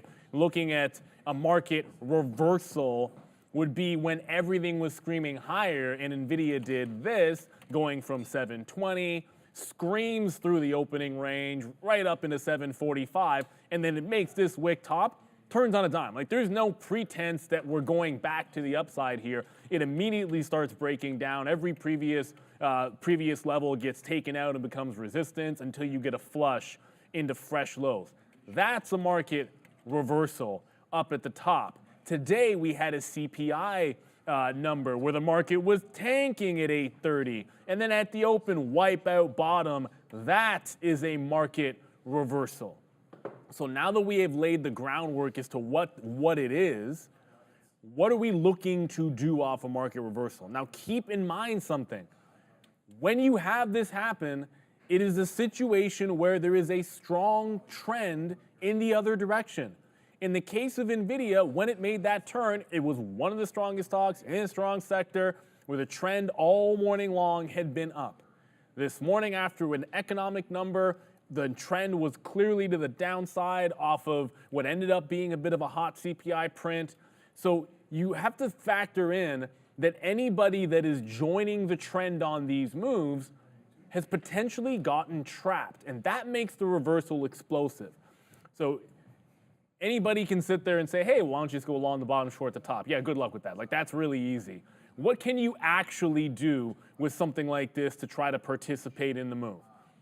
I always say, look for higher lows, lower highs if you're going the other direction. In this case, I'm going to talk about today, and then higher lows in a setup that can happen on a big time market reversal. So you observe we're basing out at about 720 on NVIDIA at 830. That's a key level. We'll come back to that later. You then trend down in at the open. You get an exhaustion candle and a quick reversal. Great, if you were thinking going long 700 on NVIDIA, then I don't have to tell you anything. But if you're not looking for that because the trend is to the downside, what you can do is be patient about it, see the move up, and then wait for some confirmation. It's a bit choppy, then you get this defined higher low at about 708. So you get a nice sideways channel, you've got probably some shorts trapped, anybody shorting from the morning is asking where am I taking profit? Well, there's a long consolidation. The second it makes that breakout, you're not the first person in when you're long up here when it got to 695 and you're getting long at like a 715. But what you do have is confirmation of buying higher. It's holding VWAP. Higher lows have been put in multiple times, and you're getting a nice compression pattern up through this breakout trade. You cannot be concerned in a situation where there's been a reversal of joining it too late. You're talking about an event which is going to shape a lot of traders' days, and you will have short bias traders looking at anchoring to here and still wanting to short there. That's the benefit of it. On top of that, you also get some natural outs on those higher lows. So the first thing I always look for in a reversal is if you don't have a technical reason why you would be in at the top or the bottom, then don't worry about that and try to look for areas that you can get into. Now, the other thing that I know is going to come into play, and I know this was true for when I was trading, if you are biased one direction or the other, and it happens to be to the short side, I know I was looking for shorts. If you get a market reversal like we did, I'm going to pop up the cues here so that you can see, there's the market flushing at 830, the market reverses at the open and continues higher. So it holds higher lows and then breaks higher. If you are going to try to short something, then what you want to happen is look at something that did participate in the reversal, but didn't hold the trend back to the upside. So unlike NVIDIA, Square, like everything else, 830, flush into the downside, trending in, exhaustion candle, but what happens here is it does not break back out. It puts in lower highs, which means when it comes back into VWAP, as I've already shown, the Qs are making higher lows at that point. It gave something that you could go into the short with, again, playing the trend on the pops because it was relatively weak. So look for relative strength and weakness. NVIDIA was clear relative strength. It was actually holding higher lows before the Qs were. So it was relatively strong. You're looking for the breakout. Square block was relatively weak, so you could still short it on pops, but even that eventually goes, and then you stop fighting it. Once it starts putting in higher lows, higher highs, get out and stop messing with it. Would it work if you keep hanging on to it and keep going into the short? Well, that's how the market works. I mean, if it's like roulette, you keep doubling down, eventually it's going to give you the win. Let's be real for a second. But I think you want to not go against the grain of higher highs and higher lows because reversals are violent by nature. When the market shocks you like that, you do want to make sure you're on the right side of it and shorting weak stocks and going long strong ones. And you can anticipate sometimes market reversals, and where you can do that, we already showed 8:30 in the morning. Anytime in this recent market, do you have any Fed speakers talking? When we went to the Qs or went to NVIDIA or any of the names yesterday, and we talked about that trend to the upside that got a huge reversal, you had Fed speakers in the middle of the day, right? That's one thing to look for. It was a huge reversal. We had Neil Kashkari speaking and making regards on rate cuts. Maybe it's look, it could be that. It could be an Apple event, 1:30. It could be a bond auction at 1 o'clock. Those are the types of events that can precipitate a market reversal. So it's not to say that these are going to always catch you off guard. 8:30 on a CPI number, I feel like those big economic numbers are low-hanging fruit. I think we can all agree with that. When the Fed chair is speaking, when we have an interest rate decision, those can signify market reversals as well. So, A, you don't want to get caught off guard in a situation where one could happen, when there's especially a bond auction, and we care a lot about rates right now. But there are things that you can do to make sure that you don't get rinsed on it. If a huge reversal happens and you can see it starting to go, if you're going to go against the grain, short pops, or go long dips, whatever it might be, find strong stocks to be long, weak stocks to be short, and do not be afraid to miss the initial move and then try and get that next consolidation, because on big reversals, you sometimes go all the way and then some. That's why I showed you that in video. It was absolutely explosive, both to the downside, making fresh lows, and then today, once it broke the consolidation, went right through resistance and even higher. So when a reversal happens, make sure you're on the right side of it. Make sure you're not caught off guard, because you know the types of events that can cause them. And then do not be afraid to join the party, even if you're late. It's like I always say, I mean, you can be late to the party if you're well-dressed. And when trading, that means you don't have to have the top or the bottom as long as you can catch the trend. So look for ways to engage in that trend or continue with that trend if you can. Market reversals, it's not about predicting them. It's about participating in them where you can. That's the real deal. Participate, don't anticipate. Love that saying. Shout out to Gregory. He was the one saying that all the time. Just got out. Did I just get out of Disney? I think I did. I think he ejected you from Disney World. I might have been punked. Yes, I am now out of Disney, so that's a loser for me. Sucks to be me. All right, let's get to the lesson, baby. We are talking about decoding market context. We're talking about accumulation and distribution all week. Ram, if we can put the topics on, that would just be aces. There we go, baby. And if we could start that anew, because I can't go back on the topics on that. There we go. All right, so we're good to go. News and events. So we've been talking about accumulation and distribution all week. What we're looking at here is the news and events component of the accumulation and distribution topic that we've been talking about. So we're looking at broader market impact on accumulation and distribution. So news affecting the entire market, like the Federal Reserve announcements or major economic data like non-farm payrolls or JOLTS, things like that. These can trigger widespread buying and selling, potentially leading to clear accumulation or distribution patterns. So we need to be aware of the larger market sentiment, larger market context when we are looking for accumulation and distribution, how to spot that. And there's also sector-specific events, right? So news impacting specific industries, like a new drug approval. The idea that we talked about earlier was the GLP-1s and what it's done for biotechs and some of these pharma names, right? These might affect the sector more dramatically, influencing accumulation and distribution within these specific groups. And then there's company-specific announcements like earnings reports, product launches, management changes for specific companies. This can have direct impact on their stock price, leading again to accumulation and distribution.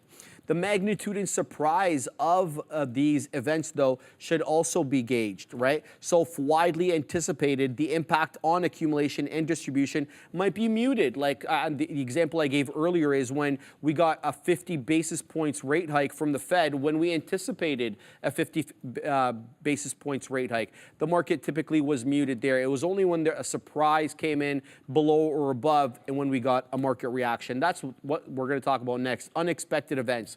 Surprises, in other words. Sudden policy changes. Natural disasters, God forbid. These can positive versus negative news. How often do we see this on earnings reports, right? Generally, positive news obviously fuels accumulation, while negative news triggers distribution. However, the severity and the implications of the news matters more than just positive or negative. So how positive, how negative?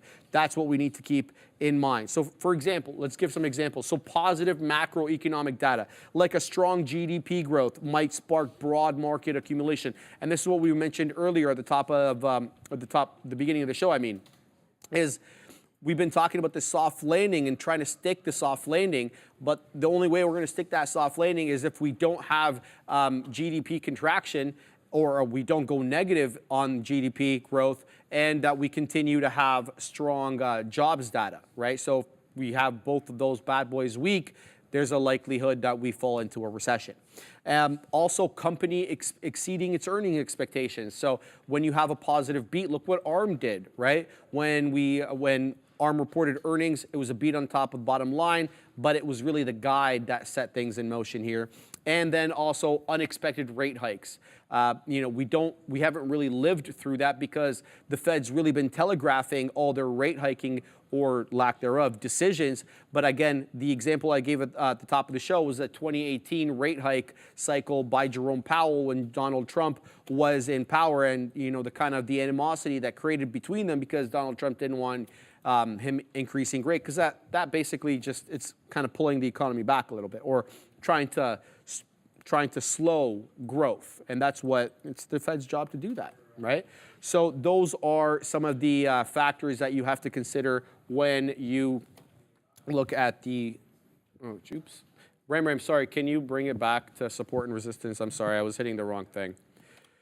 All right, let's move on to support and resistance. So in this particular case, obviously in day trading, support and resistance acts like an invisible battle line where buyers and sellers are clashing.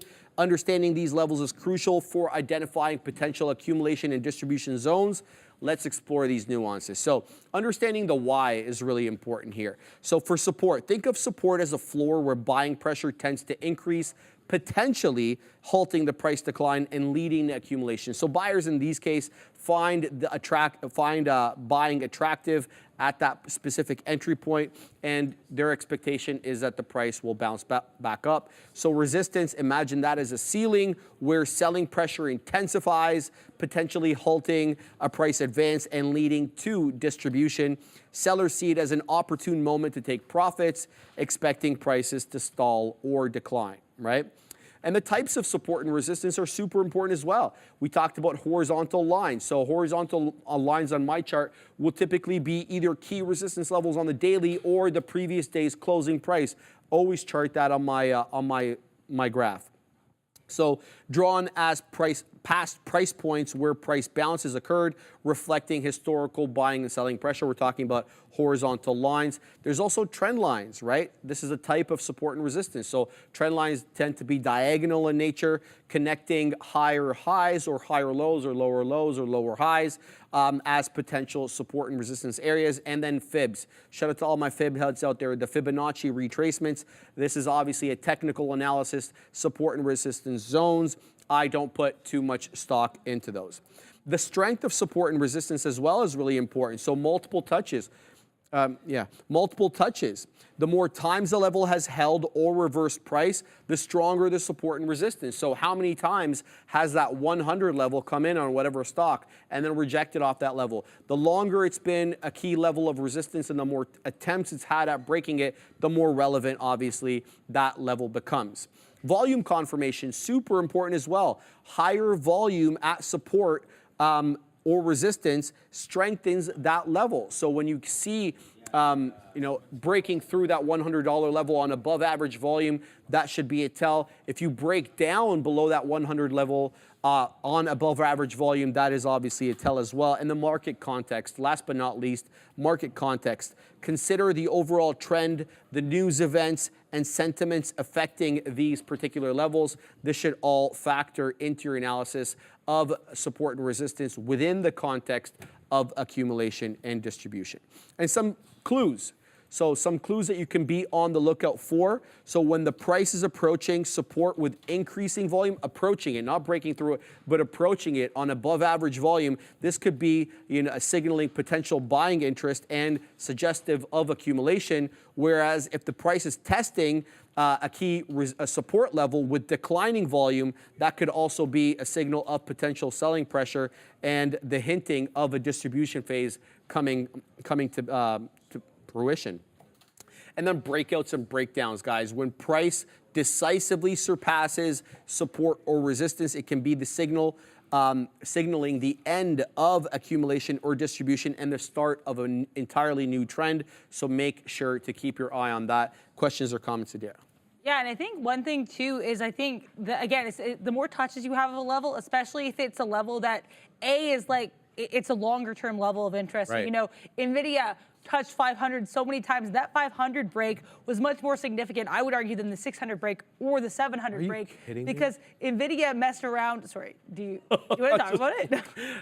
Anyway, no, go ahead. Sorry, yeah, no, so because I think the thing with NVIDIA is NVIDIA was messing around with that 500 so many times before that eventual push above. So that 500 push came with a swiftness, with a viciousness, yes, with this intensity that we didn't really see as much with the 600 or 700. I found 600 and 700 gave up a little bit more easily. They're like, okay, NVIDIA, do your thing, 21. But that 500, NVIDIA fought at tooth and nail, and I think that could be why also that break above was so interesting, right? So I think sometimes what I'm trying to say is if you have accumulation or distribution building up to these really important levels, it can sometimes be a bit more powerful when we break out of them. Yeah. The next topic is market trend within the overall larger topic of accumulation and distribution. So market trends provide the big picture. So influencing how we interpret smaller signals like accumulation and distribution patterns. Let's see a little bit more, let's dive a little bit deeper and see a little bit of more detail about this. So the type of market trends. So obviously we know there's an uptrend. Prices generally move higher with higher highs and higher lows. Accumulation is more likely in these trends, suggesting potential buying opportunities. Conversely, downtrends, prices generally move lower with lower highs and lower lows. Distribution is more likely in downtrends as it's indicating potential selling opportunities, but the problem is these range-bound markets. Price fluctuates within a defined channel without a clear upward or downward direction. Accumulation and distribution much harder and less clear-cut in these instances, so the bamboozlement often takes place during range-bound markets when you're trying to decipher accumulation and distribution. Understanding trend strength, though, as important as understanding the trend itself. So the steeper trends, steepness of the trend, how steep is the trend, whether down or up. The steeper the trend suggests stronger momentum and clear accumulation and distribution patterns. Also, as important as the steepness of the trend is the duration of the trend. Longer trends tend to be more reliable than obviously the short-lived ones. And equally as important as well is confirmation from indicators. So when you're looking for a confirmatory look there on the trend, use moving averages, conversions, divergence, use on-balance volume and some of the other indicators that we've talked about to confirm the trend direction and strength. Questions? Oh, actually, I have one more thing here, Adira, on the impact on accumulation and distribution. So in uptrends, look for accumulation near support levels where potential breakouts above resistance can take place. And in downtrends, focus on distribution near resistance levels where potential breakdowns below support and the confirmation selling volume. So look for volume to increase below that key level of support. And range-bound trades, be cautious. because accumulation and distribution signals might be weaker. Look for breakouts from within the range, within the confirmation before taking a position. You can just leave it on the chart there. Questions or comments, Adair? Yeah, I actually do have one kind of question. So you were saying too, and I think this also reflects what you were saying earlier with regards to the more times we touch a level without breaking it, the more significant that level is. So then with regards to with these longer trends being stronger, I guess that would also mean that when we break out of them, it's going to be a bit more of a sign of the market change than if it's like a teeny tiny baby trend we broke out of? Yeah, no question about it. Like this goes back to our talk on, I believe it was trends. We were talking about trends and channels, and we talked about how resistance played a bigger part the longer it lasted and the more attempts it had at breaking it and the more rejections that there were. And so finally, when you get that decided break of the trend, number one, you're looking at how long it's been in play, that resistance level, and how many times it's been attempted to be broken. And in addition to that, you're looking at the volume. Above average volume once that actual level is broken. Does that answer your question? Yeah, that answers my question. Yeah, thank you. So it's really about like the strength of the breakout and again, confluence with the breakout as well. Yeah, and how long it was intact and how many times it was attempted to be broken. Okay. And then finally on that, however many times it took to break. So, and then we're going to combine it all, right? So everything that we talk about here, we're talking about the balance of the evidence. So don't analyze these factors in isolation. Combine them like pieces of a puzzle. So you should be looking at things like, is the bullish news driving prices towards support in an uptrend? This could signal strong accumulation. So is the news jiving? So it's good news. Is the market moving up with that, or is it selling it off? Is the negative data pushing prices against resistance in a downtrend? So you're looking for confirmation that this is actually negative. Look for that in the price action. That is important. And remember, market context is dynamic. Stay updated and adapt your interpretations as news unfolds and the trends move. And here's a little bonus tip. Explore sentiment indicators like the put-call ratios and media analysis. So I know on my platform, I have social media sentiment. So it'll tell me, oh, here's what's being discussed about whatever, let's say Enphase online. And it'll basically scour all of Twitter and some other social media sites, and it'll try to gauge using AI whether the comment that was put on Enphase is positive or negative. And then it'll give me a score of between +5 to -5, right? So I'll know if, what is being discussed on Twitter about Enphase is very positive with a +5 rating, or just marginally positive with a +1 rating, or neutral with 0. So that's another important one. By mastering the art of reading the market context, you can gain valuable insights into the underlying forces driving accumulation and distribution patterns, ultimately making more informed trading decisions. Remember, knowledge is power, but always trade responsibly and manage your risk. Adara. Yeah, no, I think that very much is the case. And whatever, everyone's going to have a different thesis for a trader, look at things with different levels. But as long as you have kind of a plan for it, that's what matters. Like Sharif and I were both talking about NVIDIA, that 722, 727 area for very different reasons. Yeah. We would have had very different plans, but it's really just about as long as you manage that plan and you've thought it out before entering. And that was a big thing I was kind of learning a couple weeks ago. I was trying to be more confident and just punching in a little bit more wildly. There's a difference between confidence and not having a plan. And I think that's just this kind of something of note that that I kind of wanted to add there too. And yeah, I think really it's about having a cohesive plan. And honestly, one thing too, accumulation and distribution is the biggest thing I've learned from taking notes and preparing for this week, is it's really a part of the whole market, and just kind of understanding how it works a little bit more and understanding the different ways you can see it, be that MACD, be that trend lines, be that overall market sentiment, I think is really key. Also, one more thing too that I want to add, I appreciated you bringing up the social media aspect. Yeah. You can get a sense sometimes of if stocks are running or how many people are interested in a stock. If you go on Twitter and you search like $sign and then the ticker. Yes. As we were saying on our week on news, do not solely rely on Twitter, but it gives you a sense of what people are talking about. Like if you're seeing tons of messages in the last minute, it'll be like 10 seconds ago, SPCE, 20 seconds ago, diz, right? Like it gives you a sense of, hey, what stocks are people looking at? Are they looking at it with a ferocity? Has there been an uptick in how they're looking at it? Even beyond news, just kind of market sentiment, as you were saying. And I just think to kind of touch on that as well, I do fully agree with that. I think it gives you a sense of how it's shaken. Yes, shaking and baking, baby. All right, let's talk about this Disney trade that we lost money on.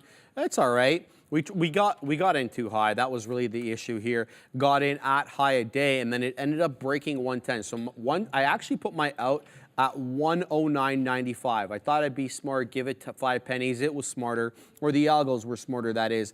It took it down to 88s, and then right back up it went. And then we're double topping here at that same level. We were double topping at that 110.37, right back down into the 110.20s we go. What I was looking for here was the making of a higher high.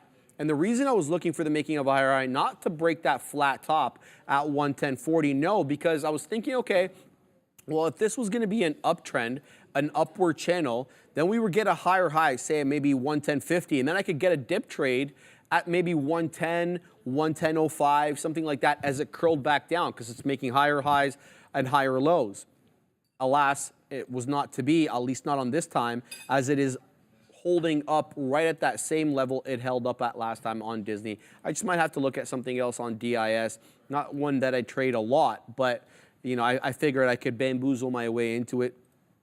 Looks like I couldn't. Right back up we go, near highs again on Disney, looking to go 1% here. It's been the high of day on Disney. Let me give you that exact high of day. The high of day on Diz at the moment is at 38. So we're at 35s again here, kind of accumulating at that key resistance level. We'll see if we get that decided break, but I don't think I'm going to be punching in at highs again on this name. It's not going to be punching in at highs twice on one day, breaking my rules. You know, I like strong names, but on dip trades, not at these highs. So here we go. Looks like it's going to touch that 1038 again on DIS. Let's see what some other names are doing, though. We're getting a nice bounce back up here on NVDA, stopping out at that let's say 721 the third was the low there. Here comes 727 on NVIDIA, up more than half a percentage point, looking to go 2/3 of a percent right now. The chips are all red, save and except for NVIDIA and SMCI, right? AMD almost went green on the day, got awfully close, about almost flat, but then it's back down again. So we'll look for some trades on these mega cap names. So far, haven't been able to weasel my way into one of these mega caps. The only profitable trade that I have today is on that DBGI, but that's now below VWAP and not tradable for me, Adair. Yeah, it's hard to find points of entry. I did kind of have a bit of a bamboozling experience with AMD. I'm not really filled with AM disgust, but it's not really AM delight either. It's just kind of a little bit of AM derision currently as we come back to that 171 area, which is definitely going to be my out. But basically, the thesis for this initially, I went short, and honestly, if I had been scalpier out of this, this would have been fine. I was talking to Sharif about this off camera during the fabulous Real Deal with Neil. But yeah, I got short this 170.20. The plan was to take profit around that 169 area. I should have given it a little bit less wiggle room. We got to that 170 area, 170.50. We decisively broke. I got out, so that was a really tight kind of area there for me. Then I got short again, and basically at the same area because I noticed we were still holding that like a glove. I added when we failed that 171, took it out to VWAP. I should have taken everything out at VWAP. I took about half the position out there. However, it looks like we could be coming back into VWAP. Currently, through scalpulation, I have the very scientifically deemed number. No, I'm joking. It's just watching what areas we hang out at. 170.46.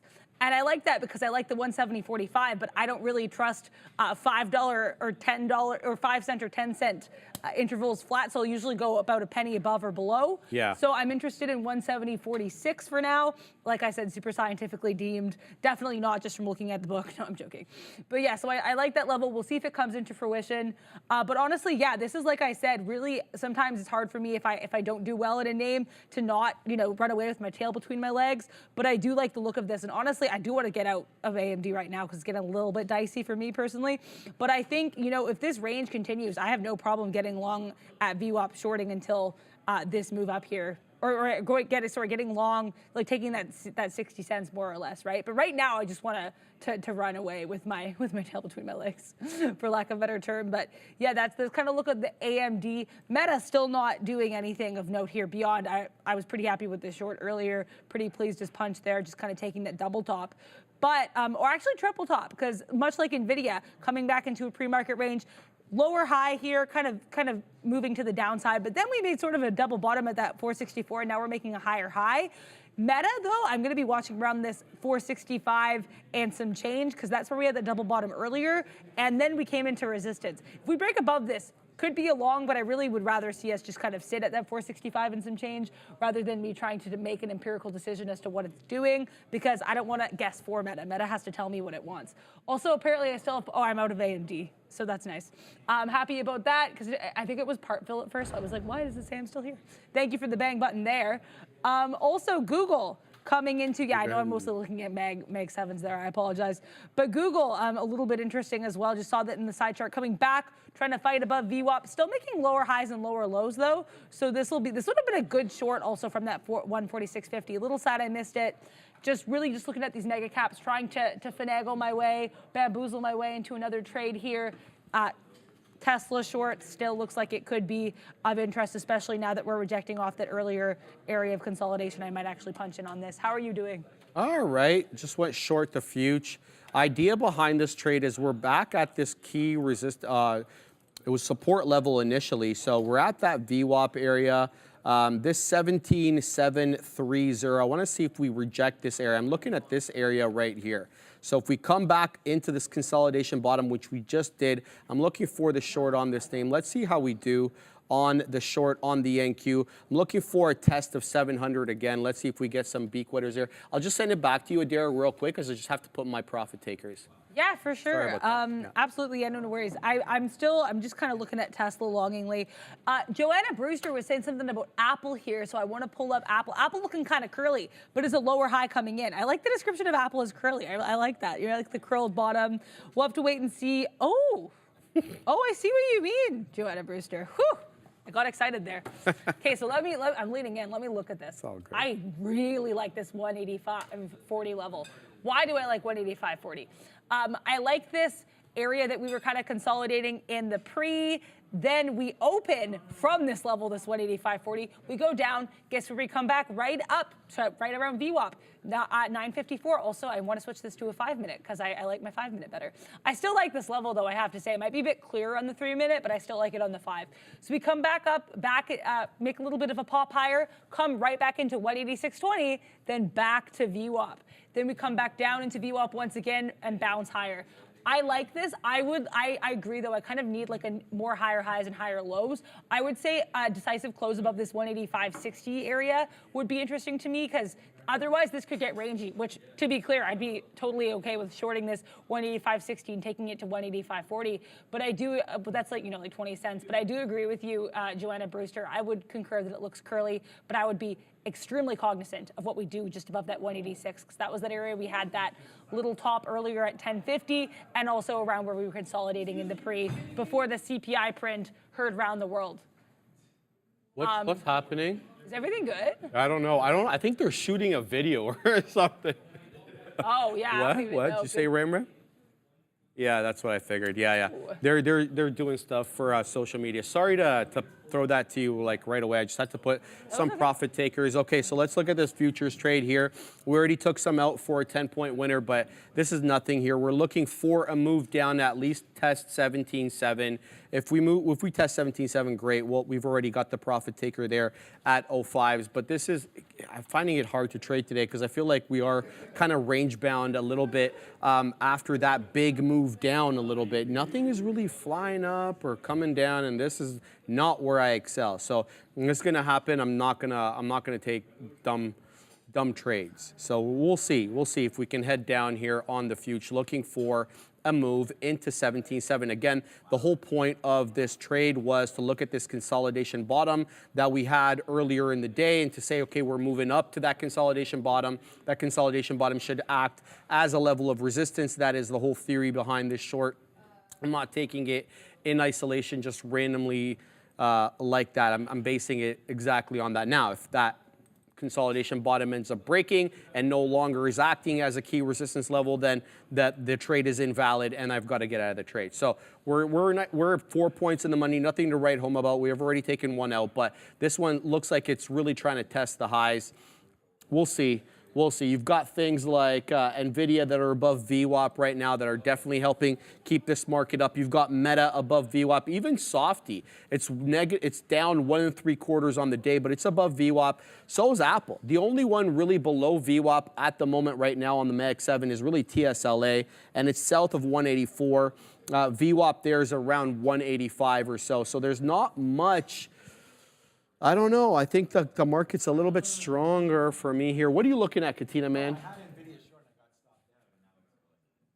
Yeah, the Katina man had NVIDIA short. He got stopped out at 728. I tried to dance with NVDA earlier. It's a tough day. It's a tough day. You can have a look at my chart. We're looking at the future, Ram. So we'll see if we get that move down on the futures. We're above 17.7 right now. The lowest we've been all day was essentially that 17.6 area, 17.586 to be exact. But we bounced off 17.6 like nobody's business, and it's been upside since then. We almost made it up to 17.8, not quite. Rejected that level as well, and it's been lower highs and lower lows here, but trying to take this short off the consolidation bottom right now. Looks like we're accumulating to break up. Sucks to be me. Yeah, I mean, I think it could suck to be me as well right now. I did get short NVIDIA, and then I noticed this giant. I was like, Adara, why would you get into this giant green candle? I got in because I noticed we had this move back into 727, which was my big area of interest du jour for N to the V to the D to the A. And then I noticed we couldn't really get 727. We still can't get 727, to be clear. I'm not adding anything to the position. DCA, no thank you, ma'am. But I will, if we get decisively above that 727.50, I'm giving it roughly $1 in the sim, more or less. But I do like this look here. I'm profit taker's plan. I'm trying to get out 725.50, so about $1 in, and then the rest is planned exactly where I left that first short, namely 724.51, giving it like a little bit of penny extra just for spread and NVIDIA wildness related reasons to plan the trade there. But you totally called that 722, Sharif, like that 722, 723 area of interest from earlier, coming back in with the swiftness. We haven't hit there yet again, but it did have that bounce earlier. And what a bounce it was. I need to be more cognizant of that move back up. I'm still, I'm not going to take anything else probably while I'm in this short, because I think once it hits, should it hit, it might not hit. If it hits, I think it will be a pretty quick move, but I think it needs to hit first, and it has not done so yet. So I have no reason to be celebrating. All I will do is quake in my boots and see if this is if we're going to be in or out video right now. I got kind you. of dicey. Tesla's still chopping and churning. No look for me here. Although this 183.80 area is still kind of interesting in terms of lower low, coming back into that area of consolidation. Shall we dip? Shall we rip? I think science and market science is just dip. We're down to 2.4%. I'm going to be, that's the one thing I'm looking at too, but I don't really want to get involved until after I am decisively out NVIDIA, whether that be for a win or a loss. How goes the NQ? It's okay. We're flat on it at the moment, but you know what? I'm starting to get worried because Meta's curling, Apple is curling, but you're not seeing too much else curl. I mean, like NVIDIA could curl here. I mean, it's putting in higher highs and higher lows right now, so that could be trouble. But it's really Meta here that's moving and shaking, baby, off that 464 bottom. There goes 466 now. Now we're 5 points out of the money on the future. So this breaks 17.735. That's going to be the end of it. We're going to give this one a short leash. But BGLC halted again. This time, I believe it is to the downside. I can't even tell anymore. I'll say it again, Neil.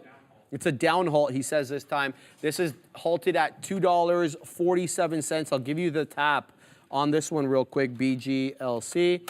The tap is $2.40. So 7 pennies lower than where we're currently trading at right now. Up about 500%, 496%. We'll see what this one does, but yeah, multiple halters as you can see here on my chart. Every time there's a break in between one candle to the next, you can kind of gauge that was a halt.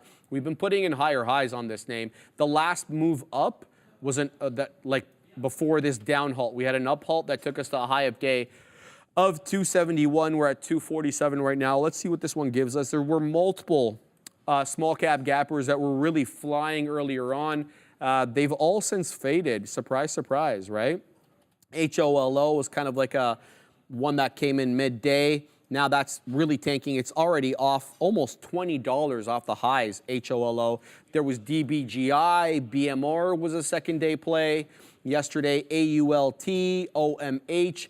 It's just BGLC that's continuing to go. That's above VWAP right now, at least on my chart. So nothing else for me to trade on these small cappers as they're all breaking down below VWAP, and that's my rule right there. It's got to be above VWAP for me to trade them. The future dancing at my level, not breaking above or below. So we'll try now. Yeah, I know I don't get it either, Katina, man. The stock market is quite bamboozling. I had to say that I was because going I'm to being say, bamboozled. please say bamboozling. Because Right? what other word would you Yeah, want I mean, look, I don't have a good gauge on the market today. I'm just going to tell you that from now. And it's not my kind of trading day. I feel like we are consolidative after that big move down. It's been harder to trend trade for me anyway. I'm not talking about anybody else. So anyway, we're in the money now on this future, short, but not by much. Yeah, I agree what you mean with in terms of the market kind of being hard to read. Because I mean, as someone who ranges, there have been a couple ranges to find, but even then I would argue because it's so volatile, we'll break out of these ranges with a swiftness that I find really hard to read. Okay. So I do get what you mean. I feel like it might be hard on both sides of the coin. And again, I'm a very new trader, so you could take, what with a grain of salt. But I think from my experience as someone who is a bit rangier, I find it's kind of been a little bit hard from both sides of the aisle, Okay. to use kind of a weird analogy. Took out part of the NVDA position. I took it out at that 9 EMA, so about that 725.80, a little bit less than I initially wanted to take for my first peak wetter. I'm saving a piece for the dream right above that 725 area, if like 725.01. If we can't get that, I'll take 725.50. Beggars could not be choosers. We are just taking NVIDIA and her wild self as much as we can. That's really the goal with this one. I know how NVIDIA moves, so I will, we take what we can get from this crazy market. I still stand by the point of entry though, and I will say I felt emboldened as well when we tested 727 again, and then we fell back down. So I was like, we'll see how this goes though. I don't want to assume anything here. Randy H, $2 super chat for Adara's beautiful eyes. That's very nice of you. Oh, that's Thank you very much. I appreciate that, and thank you very much for appreciating the show and being here. My mom said the same thing too. She was watching the show the other day. She's like, "Oh, Adara has such nice eyes. That's It's so very nice of her. Yeah. So there you go. That's very nice of your mom, and thank you, Randy H. That's very sweet. Do you like that mom voice there? Yeah, everyone has a mom voice for their mom, I guess. And yeah. she has an accent too, so you can't just say it like a normal North American would. You're No, like, you have I'm to gonna say make sure it like feels that. like my mom's here in the room. We're having good times, guys. You know what? The market's not giving me anything to smile about. I got to make my own thing. Dara, we did get a little beak wetter, though, on the future. Another 10-point winner here because I'm going to take 10-point winners if I can. I got to tell you the truth because the market isn't giving you all that much to work with directionally today. So if I'm offered something here, 10 points more, I'm going to take it down. Goes the future. Let's go. And we're going to wet our beak there as well, baby. All right, let's come into 17.7, baby. Let's go. I'm going to put a possible another beak wetter on the other side of 17.7, maybe 17.695 or so. Let's see if we give up the ghost at the 100-point level. We've been holding above it for now. We're above VWAP, so I'm going to take these wins if I can get them because I'm not going to be holding for big boy moves because today it's not giving me big boy moves. So that's the way it is. Sharif, you want a super chat? Randy. Shout out to Randy H. $5 Canadian super chat, baby. Shout out to the home country of Canada. Thank you very much, Randy H. Jay Lee. Good job. Book some profits to keep it going. Appreciate you, Jay. Another Toronto cat in the chat. Big J Lee, as well as Diamond Realty of Miami. Shout out to 305, baby. The eyes never lie, Chico. He's talking obviously about Scarface there. Oh, yeah. Shout out to Al Pacino. There he is. There he is. I'm reloaded. I love the classic film references in the Sean collection of the buttons because we also Right? have Pulp Fiction. We do. Who You're also, right. fun fact, Sean did go as, he went as Vince for Halloween one year too. So Look, Travolta's like, oh, you brought me up? Okay, cool. Why not, right? But yeah, no, I love it. I really enjoy that. Also, yeah, I saw NVIDIA fall, and I was like, Sharif's got to be celebrating here. Dump it in the chat, because yeah, we got out the NVIDIA short. We went lower, but like I said, you know, I feel like it's a little bit easier to resist the temptation of FOMO if you just have a plan. So, you know, I'm okay with it. NVIDIA, we might bounce off that 722 again, but that was the deal with that short. Also, Tesla trying to surprise me. We call her Stressla for a reason. Tesla doing kind of what it did earlier. We chop and churn. Looks like we're going to be making another lower low. Do a little bit fake out, breakout to the upside, and then is like, actually, no, I'm still a short, falling back down. We'll have to see what we do here. Joanna Brewster, I believe, was mentioning in the chat, you know, Tesla in regards to potential further downside. I think Tesla could potentially go down further, but I really, you know, I want to see kind of what we do with this 184 area, because I find, for whatever reason, sometimes I like to look, especially as someone who likes ranges and scalping almost exclusively, I find it to be very compelling when the area at which we dip is the area at which we earlier ripped. And by that I mean, where we had that little trough earlier, sometimes that's where I like to go short, or at least that's where I like to eye levels. So I'm going to be pretty cognizant of that. But yeah, I'm tempted to see what you mean there, Joanna Brewster. Also, because look, this 184-esque area is where we had this chop and turn earlier, right before open. We had a little bit of a bear flag before making more moves to the downside, as bear flags are wont to do. But if we can't decisively hold this 184 area, I mayhaps consider a tiny short here. Adara, we're doing the dance with no pants at 17.7. So we're not giving up 17.7, and we're really, you know, bouncing off it with any vigor. We're doing, like, you know, the nomad dance here. We don't know where we're going. Like, we're just walking through the desert, not knowing if we're going north, south, east, or west. Well, at least that's how I feel at the moment. I gotta tell you the truth. I feel rudderless in this market. Do I take profits on 17.7 because we're bouncing off it right now, or do I pack my patience? So it's one of those days where I just feel I don't know what the hell is going on. All right, so I'm gonna give this a little bit more room. So if it comes into my entry at 17.22, we're gonna cut it. I'm gonna try to pack my patience for a breakdown below 17.7, but it looks like one may not be forthcoming, as we're kind of doing the wick shimmy dance a little bit from the north side. And you know what that typically means. Usually you're gonna defend that level when you start doing the wick shimmy dance on the north side of the key 100-point level. But we'll have to wait and see anyway. That's the only trade I have on at the moment. Again, I'm not feeling too hot today about these type of trades, because we are very sideways. My God, I hate to keep repeating myself, but this feels like it's sideways for me. You don't have any of the Mag 7 names either breaking out or breaking down. You have little waves in between, right? So if you can gauge the top end of the wave or the bottom end of the wave, you're killing it today, and shout out to you. That isn't my modus operandi. It's not my strength.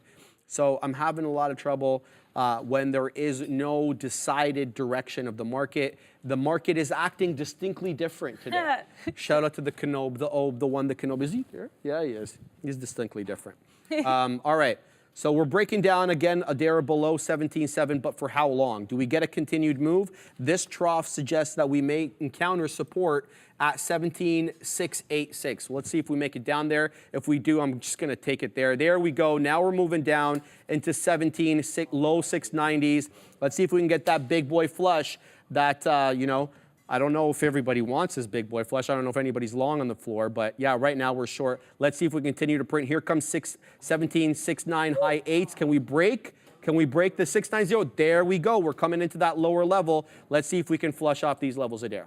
Yeah, I'm honestly just cheering for you here because it's fantastic. I'm not in a trade, but I will say the more I think about it, the more I think you are right. And this, as someone who likes ranges, this has been more of a rangy day. And I think that's why I had those opportunities with NVIDIA that I'm pretty grateful for there. Dump it. But yeah, a couple things too I want to mention in the chat. Diamond Realty of Miami, thank you so much for the member chat here. Member for 19 months. Adara LePage with the world famous dip and rip, hashtag 305. Shout out as always to the 305, as Drake once said in the song many moons ago, 305 to my city. So yeah, thank you so much there. Down. I definitely, we're going down. We're down. Okay, we're just going down. I like it. We're down. We're in a good mood over here. Yes. I'm really happy for Sharif there with that move to the downside. dump it, dump it. Yeah, you don't see me typically short the future, though. Oh. That's not really my mode. And that's the end of my trade there, Daryl. All the way down into the 3/4 of a point. We take it out at 17,675. Please, this punch. Yeah, you should be. I'm pleased as punch for you. Also, someone in the chat, yeah, Nate Belt saying, where did we come from? Where do we go? I'm guessing that's a Cotton Eye Joe reference, but I think it really applies to the market as well. As someone who grew up on the Crazy Frog remix of that song, very familiar, and thank you very much for that shout out there. RH, also short the NQ. Shout out to you. Congrats to you. Thank you to everybody cheering on Sharif in the chat. We love this. Tom Antony mentioning AMD. Oh, yeah, let's look at AMD. AMD, wow, this is a consolidation break. We had one successful short and one meh short on this name, marginally positive on the day. Talk about a break below VWAP. Oh my gosh, we fell with a viciousness here. Congrats to anybody who had this short. I believe maybe Joanna Brewster mentioning this short earlier. So, you know, congrats to you if you're still involved in this. I think this is a really key look. I'm going to be watching again what we do with that 169.50 because that was where we had a little bit of pre-market consolidation earlier. But safe to say, I'm not interested in getting long here. If I get involved in AMD again, and I honestly don't know if I will, it will probably just be kind of shorts around key levels here. This is a fabulous look on this. Oh yeah, Joanna Brewster definitely is short. AMD, bang, get down AMD. Yeah, congrats to you here. What? Yeah, this is a wild look here. I think this is a really nice look. Fugazi Bear, get out the cash umbrella. Yeah, indeed, definitely raining coin over here. Raining hot dog trades, raining everything. I think someone sneezed, so bless you if I heard that correctly. To whoever sneezed. But yeah, I think also the Piper mentioning Fisker. So let's look at Fisker's NY there, Dara. Come on. Let me look at this guy. Okay. Yeah, Fisker, I mean, lower high, lower low. I agree with you, the Piper, in that we're definitely seeing a little bit of consolidation here at that 75 cent area. The one thing that gives me a little bit of pause, and I would probably wait for some confluence, is the direction of these candles. So by that I mean we have a downward move, then we do have this green candle, and then but it looks like we still do end up closing with sellers overwhelming buyers. We are green on the day, so to me this is a bit more of a mixed message candle. I would wait for a little bit more confirmation, but I think, you know, generally down on the day. This is not really a stock in which I have much experience or any experience. I don't really trade these types of names. I know Neil trades Fisker sometimes. What are we in? Oh, nice. So Sean is short the market. He still has the TQQ position. He looks very overwhelmed by the beauty of the short right now.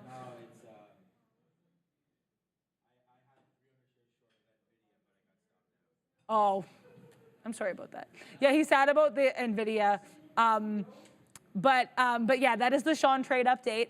And check out his market recap, and always check out the podcast because he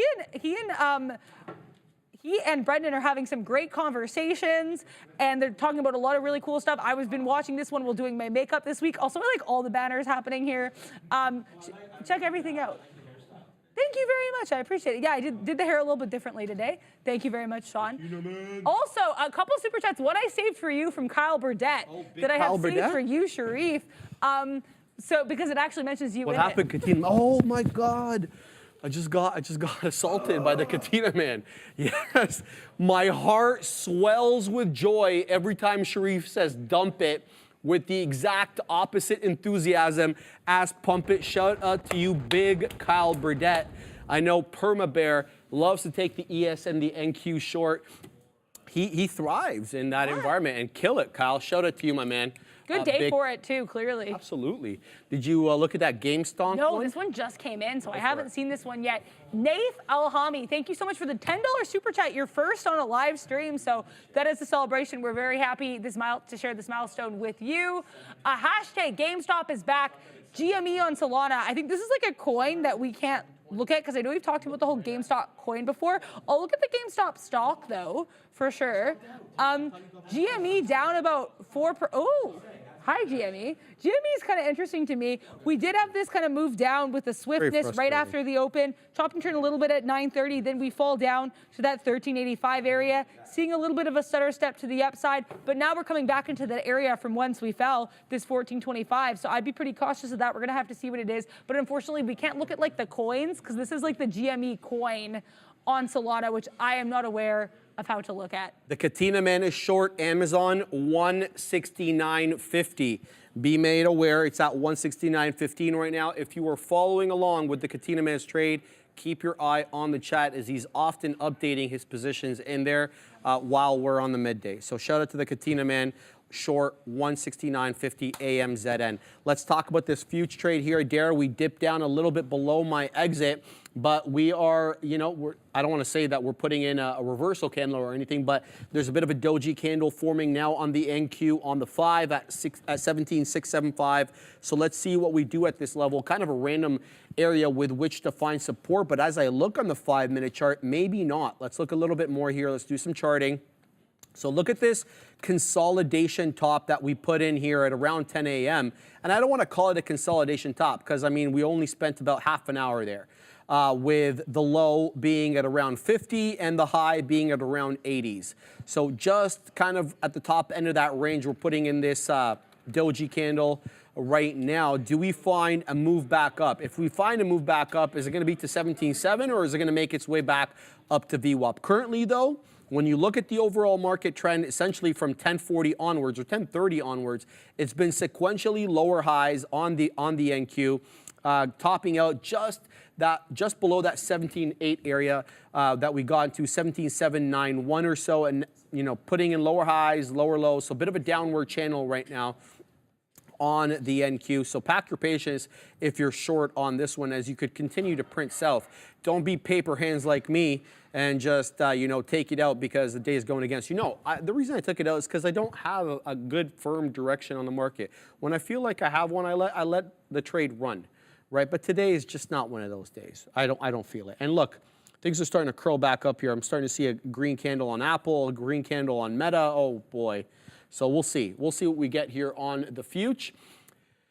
Let's see what else people are talking about, because in about 5 minutes or so, Adair's going to go through that lesson. Again, we've been talking about accumulation and distribution we're talking about it all week. We had the lesson, the introductory lesson yesterday about, you know, just some of the basics. Today we're talking about overall market context, and we'll let you know exactly what we're going to be talking about tomorrow towards the end of the show, Adara. But yeah, every day this week going to be accumulation and distribution. Let's have a look at these small cap gappers, see what they're up to. Goodness gracious, BGLC halted again, Adara, to the high side. This one's going to be a 10-minute halt, though. This is halted at 285. I'm going to give you a little bit more deets on BGLC. It's now a $50 million market cap. And for those who were not around when I mentioned it initially, it is an 8.7 million share float, not minuscule, but not big either, okay? And definitely can go parabolic. And just the umpteen amount of halts today should give you an idea about how aggressively this can be traded.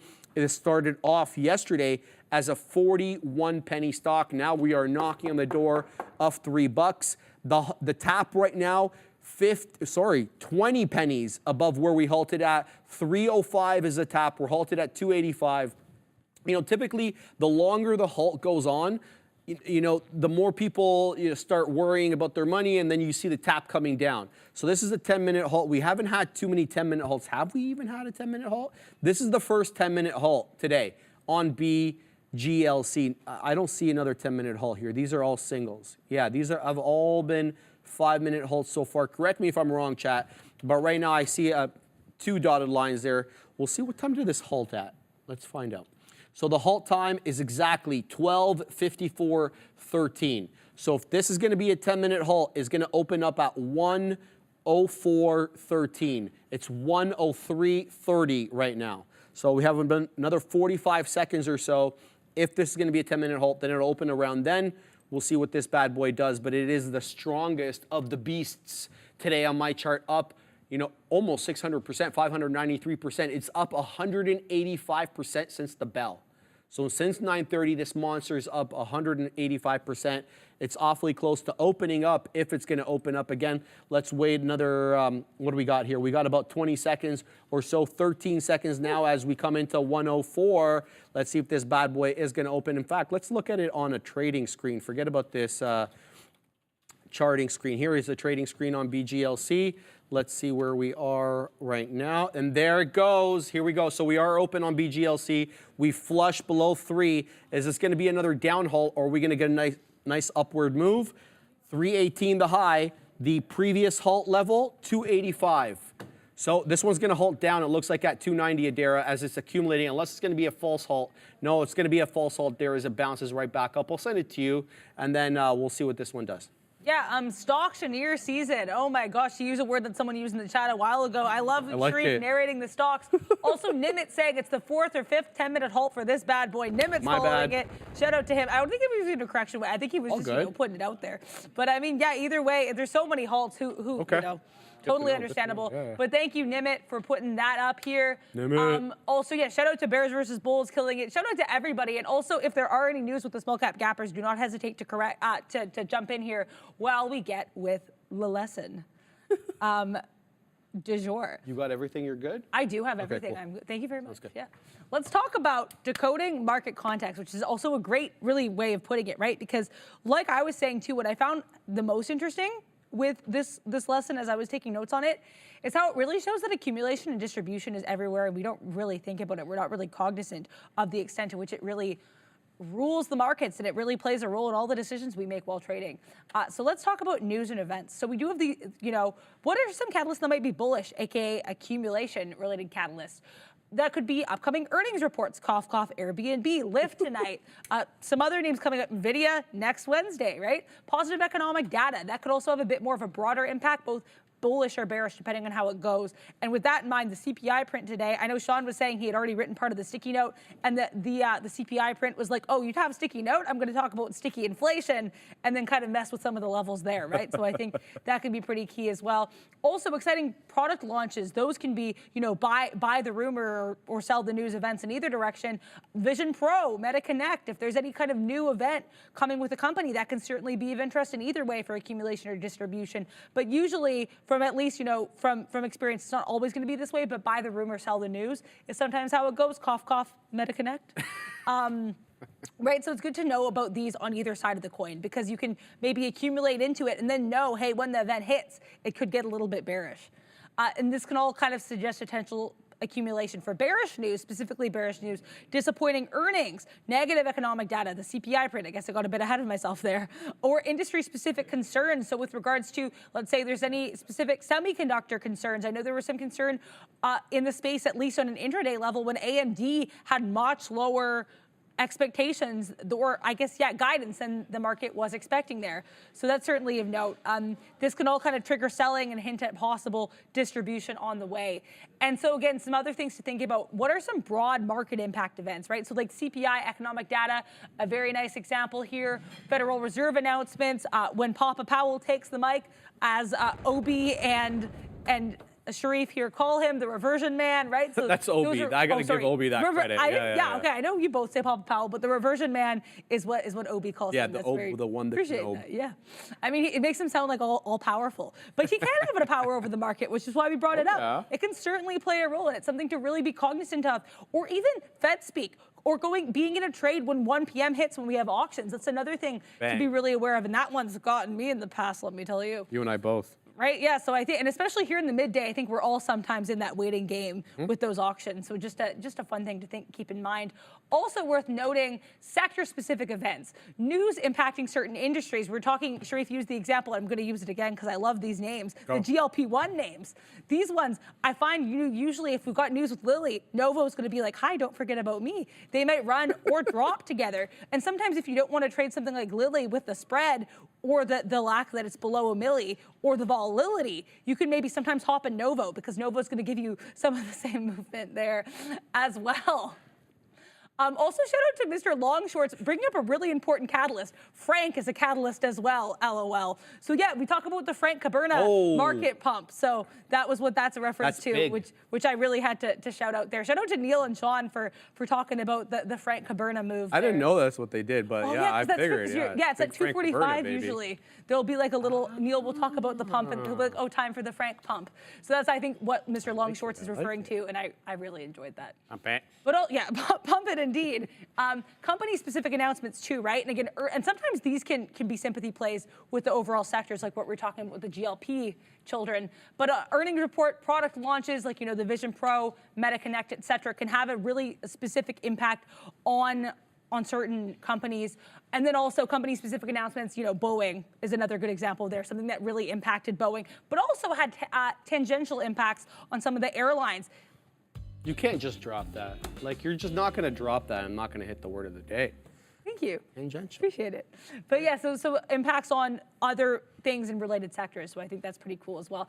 Magnitude and surprise can also impact the extent to which we feel these in the market, right? So if the event is expected, as Sharif pointed out, which I think is really clear, like earnings, there might be a smaller impact on accumulation or distribution. And that's where something like Boeing, when we get to unexpected events, had a huge impact because the market was not prepared, of course. Something like that can really lead to a larger reaction, especially if it's reacting, the market as a whole is reacting. So CPI, because that was very unexpected, impacted the whole market in a larger way. Positive versus negative news. Usually we'll have positive news fueling accumulation. Negative news will fuel distribution because there'll be some more selling, but it really depends. The severity and the implication of the news can sometimes impact the news more than the news itself. That's where earnings can really play a role because certain impacts of the earnings report can really have the whole market into a tizzy.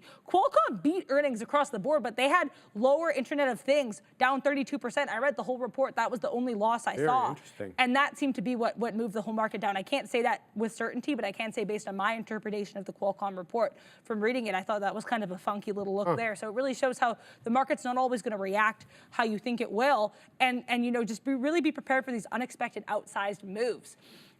So yeah, some examples: unexpected interest rate hikes, companies exceeding earnings expectations, and key macroeconomic data. So some things to be aware of. If you want to trade a specific company, keep an eye on when it's going to be reporting earnings and any news with said company. Yeah. Don't worry about me. I'm just I wanted to make sure about Disney. You're good. You're good. Yeah, because the concerned face, I was like, but yeah, no. Other things too is. Just keep an eye on macroeconomic events. That's why, we have early in the morning, we started early today to be like, hey, CPI is out. You can follow along here. We have those big macroeconomic news events for you. We have Fed speakers. We'll bring that to you as well. So just a little plug there, but also sincerely stuff to keep in mind when you're following the market. Next, we're going to talk about support and resistance. So basically the idea that if you have prices approaching support, buyers might step in, which could lead to accumulation. Why would they step in there? Because we've already shown this is a nice little floor for buying. On the other side, as Sharif put it earlier, resistance can be a ceiling.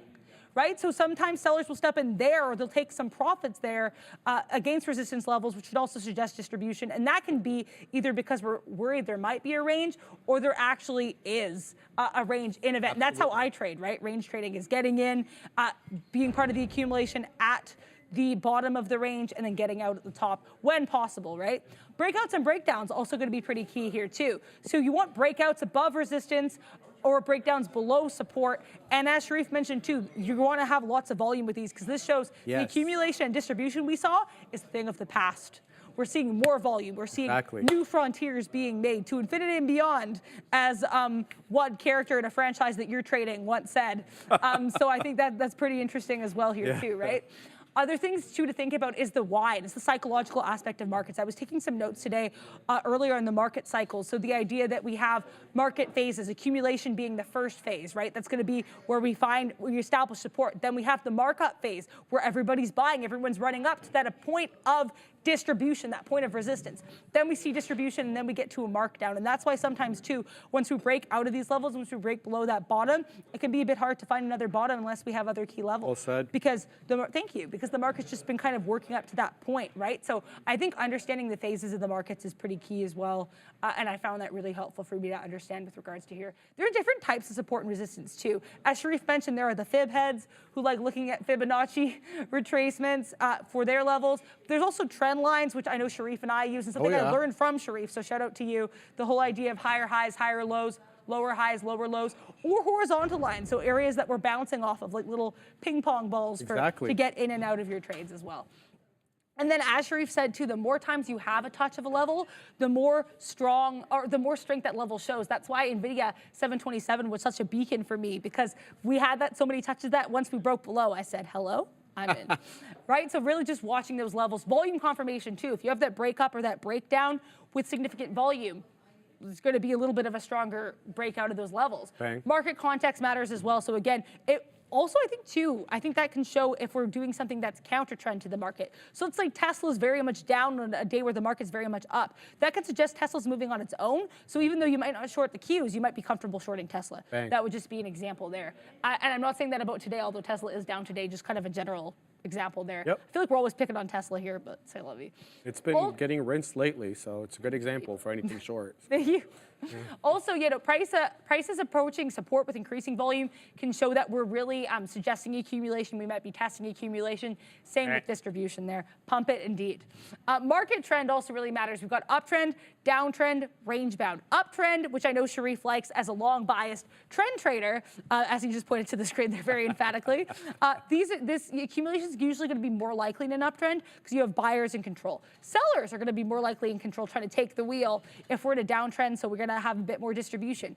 Range bound, which is what I like and which I know Sharif is not as huge of a fan of, is when, but it can be really hard to read because the accumulation and the distribution can be a little bit less clear cut. It's more of like, a sword fight between buyers and sellers. And that's why if you have, as we talked about, trend lines, it can be a little bit easier to read because we're bouncing between trend lines. But sometimes the ranges can be really, really small. So that's when you really want to be cautious of accumulation and distribution, especially if you have a bit lower volume, Bang. I would say there. The steepness of the trend and the duration of the trend can also be important with regards to understanding trend strength.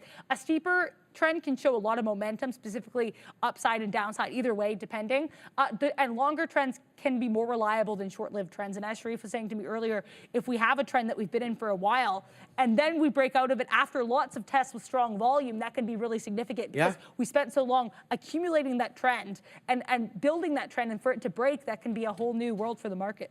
Can I just add one quick thing there? Please do. With respect to the inclination of the trend, the higher the inclination, like the more aggressively it's going up, the more likelihood, the more likelihood that the reversion back down is going to be equally as aggressive. So keep your eye on that specifically. If we're really trending up, and I don't have an example right now, but keep your eye on those because if it's too aggressive of an uptrend, usually the reversion back is equally as aggressive too. So even though it is a sign of accumulation, the distribution aspect of it could be equally as aggressive as the accumulation side. So. That makes so basically because we have a lot of volatility going into it, the volatility in the way down can be. Yeah, and like a lot of it. I mean, I'm not making any pontifications or like basically, because I don't have an example, so I don't have nothing to point to. But a lot of it is uncommitted money. So the uncommitted money really helps propel something up, and then once the trade is over, that money comes out. And when that money comes out, you really see a flush. I see. You know what I'm saying? So that's the whole point I want to make. Yeah, that makes sense. And that was something I was reading about too a lot in the phases of the market. Yes. Where you really see where the quote unquote smart money, the institutional money, that was the word they used in the thing. But the institutional money here can kind of play a role and then leave, retail traders a little bit stuck in the mud, a little bit left in the dust, right? And so that's what you said, when you have money kind of floating around, especially out of key levels, that's where things get really volatile. Yep. So I appreciate you putting it like that because it contextualizes some of the notes I was taking there as well. Combine it all, mix it all together. Confluence is king, confirmation is king. You can't look at things in isolation. As Sharif says, you must look at it in the balance of the evidence. I feel like Sam Waterston in Law and Order, but it's really true, right? Like we were talking as well, or at least I like using the law and metaphors as well because it really shows the idea of being beyond a reasonable doubt. So it's not just one thing that makes you want to enter a trade, and this is a mistake I have made a lot, is where you see one, or I see one little thing and I say this is the reason to enter a trade. Right. You want to see everything because accumulation and distribution are really the secret drivers of the market, and even not so secret, right? So do we have other reasons that the stock is moving? Do we have bullish news driving the prices towards an uptrend? Do we have negative data pushing things into resistance towards a downtrend? Is there anything else to keep in mind here? But the other thing that's really important is that market context is dynamic. You can have something work, and this is something as a range trader that's really scary. I'm having my great time in a range, la-di-da-di-da, and then something changes drastically. We go up, we go down. Maybe it's macroeconomic, maybe it's just traders went to lunch, maybe there is, it could be any reason, but just be aware and don't count your chickens before you hatch, and don't assume just because something's working, it's going to be working consistently, because the market does not care about your feelings, and accumulation and distribution are just little teeny parts of the market that play a huge role. Nice. So sorry for that nice little long rant on the market there. Yep. We also had some super chats in the meantime that I didn't get to. There was this one, Naif Alhami, sorry, we just got to this now, $20. I think this was also about the GME coin. But thank you very much for the chat. Baby Buffett, I love your name, $2 super chat. Thank you so much for the super chat. Very nice hair, Adara. Thank you very much for your support. And for the everybody for the super chats. We have a really great time here, and I feel like we're learning some stuff and we're making some trades. Please talk about the House of Mouse. All right. Well, the House of Mouse has been paying here, but we're having trouble for whatever reason breaking through this 46 area, kind of a random level to consolidate below. It looks like 45 really is the real print here. Sometimes the spread is opening up to 3 or 4 pennies at that level for whatever reason. So the next profit taker is sitting at 46. We got long 17s. Let's see if we can exact some revenge on Disney because we're red on it. So that's the truth, right? So we're red on this name. So we need to try to work our way back here. But the market, a little temperamental now because I'm seeing Meta tank. And I'm seeing the futures below 17.7. Look, I don't want to say that Disney's moving in tandem with the futures or anything. It seems to be obviously independent as it's up 1% and the futures is down 1 2/3. So we'll see if there is any, confluence between these two or not. But yeah, I'm sitting here at 110.46. Next profit taker here on Disney. This comes in to 110.17. I'm not letting it go any lower than that. In fact, I'm going to de-risk a little bit right here as we do come back again. And now I'm holding 50% of the position. And if we trigger here, I'll be holding 40% of the position. I'm talking about that trigger at 110.46. So let's see. Okay. Katina Man, you still short the Amazon? No. Okay, so Diamond Realty of Miami was asking, the Katina Man is no longer short on AMZN. Yeah, the whole market. I mean, it's just, this is what I'm worried about, Katina Man, is that the market's going to tank now, and Disney's going to come right back down with it. Adara's clapping. What are you looking at there? Oh, I clapped too early. I clapped because of nerves, actually, that time. But yeah, we're in NVIDIA again. We're in NVIDIA, I guess, again here on this short. Gotten short right at that 9 EMA failure. I closed the PowerPoint, and I saw this, and I said, you know what? I think it might be kismet. I think I want to get involved. Mind you, this was not just a willy-nilly kind of short here either. Are you... Disney? No, don't worry about me. Okay, I'm sorry, just I just wanted to make sure reacting because I'm, yeah. But yeah, no, so I also liked here this candle where we clearly saw this selling or this buying get overwhelmed by sellers. I got involved here for a couple reasons. Also because it was around that 722 area that Sharif pointed out earlier. That's really key. I totally agree with that 722 being a key level. I don't need too much from this. I'm trying to get out at the 720.101. We'll see if we get it. That's about $1.50 in the simulator here. But that's my take on this. That's my look on this. We're going to see if this trade ends up becoming fruitful. But what is everyone else looking at? I know Nick W. earlier was mentioning Airbnb, I believe, in the chat ahead of earnings today. So let's look at Airbnb. I'm going to look at it in the wider time frame as well, but I want to look at the intraday, especially because we have earnings tonight. Sean's going to bring it with you on the recap show, so you can check it out there. You can also check out the podcast where Sean and Brendan will be talking about earnings coming up into the next week. So definitely check that out as well. They did mention Airbnb on that podcast. But this 152.80 failure, at least on the intraday, is pretty significant to me. That's the area basically from where we hung out around pre-market before this CPI scare. We come back there, 152.6, come back down, right up to 152.6, 152.8 area. So triple top here, falling below, kind of doing what AMD did, consolidating at VWAP before falling with the swiftness. So I think kind of interesting look here on Airbnb. Let me look at the daily and the weekly. Ooh, okay, let's zoom out here. Airbnb is an interesting one for me to look at on the daily. And I say that because there are some key levels I'm seeing. This 124.50-ish area, we kind of came into a couple times, bounced off it a little bit, came back as the bottom August 2023, came back one more time October 9th, then at the end of November to remember, this end of November, December period, we come right back up and then we bounce, have this double top at 148, which could also be a level for me. And then we come into that 152 area, which like I said, is interesting to me on the intraday, but I also like it on the daily chart.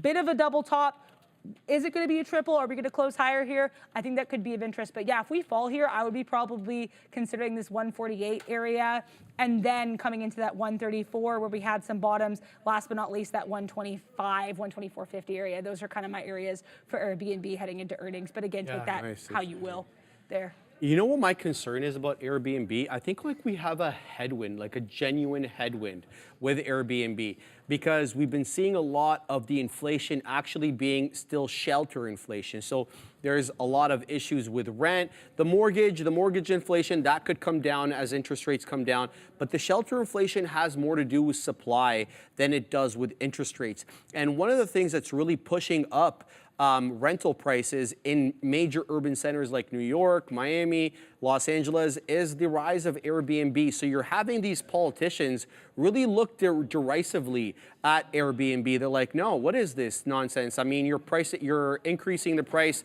of one bed, one bath flat by whatever percentage amount. And so there is this movement now we saw in New York, and now we're looking at Miami. And we saw New York already win their lawsuit against Airbnb, and they actually sued them twice. So motivated were they, at least, Mayor Adams and his crew over there. They were really looking to put the brakes on Airbnb in the city of New York. You're looking at San Francisco watching what's happening. Los Angeles is watching.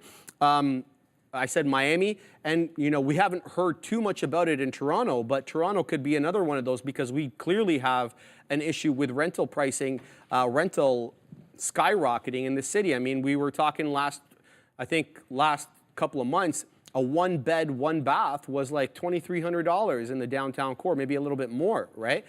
The more north you go, obviously that drops a little bit. So anyway, I feel like there's a headwind here for Airbnb, and it's a supply headwind where they may not have enough supply, at least in the urban centers, maybe not so much outside the urban centers, but that's my only concern about Airbnb. A lot of people talking about Airbnb joining, obviously, the S&P 500. I think that could be one of the things that really holds it back. So we'll have to wait and see what happens with this name. Obviously, it's a fantastic to use. Anybody who's used it likes it, but the politicians aren't too hot about it, at least from what I've been reading. So we'll see.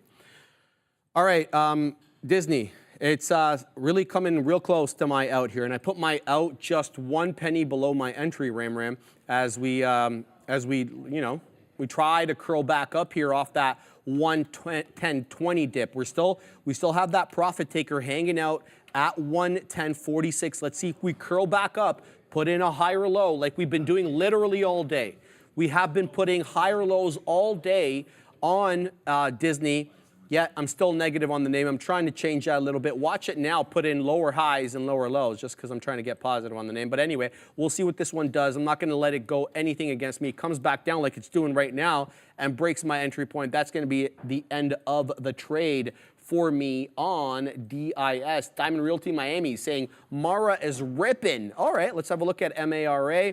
Shout out to Big Patty Ice, who has the swing trade of the year, I guess so far, at least on this floor anyway, because he's killing it. I'm not going to tell you how many shares he got, but he got an umpteen amount of shares, and he's printing on this bad boy. Mara is technically down 4% on the day, but shout out to you, Diamond, because look at that, off that 24.5 touch, and now we're talking about 26.25 coming in. So big boy bounce here on MARA. Let's see if it's sustained. I don't think there's anything coming in right now on Bitcoin, or maybe I'm wrong. Let me have a look here at my blotter to see if there's any new entries right now for BTC. Nothing that I'm seeing right now, though, guys. No, that's it. What's Bitcoin trading at? We're a little bit above 49,000. We're at 49,196, so essentially 49.2. Which is not bad. I mean, the fact that we held up at that level after that big sell-off on the higher than expected CPI print kind of helped propel this market down. Anyway, all right, back to Disney here because I have to manage this trade. Looks like I'm going to get stopped out any second, Adair. Yeah, speaking of getting stopped out, this NVIDIA is getting really dicey for me. I'm still in it because we cannot decisively break that 724, which was an area I was interested in earlier. Look at this kind of area we chopped and churned at. We're coming back into this. We're testing it pretty intensely, but I'm staying here for now. Getting a little bit nervous, but it is. I should have been scalpier on the exit here. That's okay. That's fine. we're actually still positive on this name, so we're gonna have to wait and see how this goes. I don't want to add to this though right now, just because Nvidia is a dicier name. But you know, we're failing 724, so I'm gonna stay here for now. I don't want to get out a little bit too early because we're still within my realm here. Manny Tejada, sorry, I got to the super chat here, but it says, you know, $4.99 super chat. I'm guessing it might have been about the whole like Solana GME thing, but thank you very much for the super chat and the support nonetheless. Much appreciated here. Shan and Jay saying coin earnings. I believe coin earnings are on Thursday, but I'm going to check that because I think we have a couple more days until coin earnings, although that will certainly be of note, let me tell you. Yeah, it's after market close on Thursday, so you can follow that with Sean, the Katina man, as Sharif calls him, on the Market Recap show, and he will have all of that for you. So that'll be a really good look there. Nvidia trying to test all my sanity. No, I'm joking, we're fine. But yeah, I think this is going to be really key here too. So much going on in this market. Someone else asking about SoFi. Sharif took us through SoFi earlier, so let's look at SoFi here. Yeah, SoFi. Ooh, can SoFi close green today? I think it's looking better and better. We had decisive bottom 770. Try to make this nice little rounded bottom here to the upside.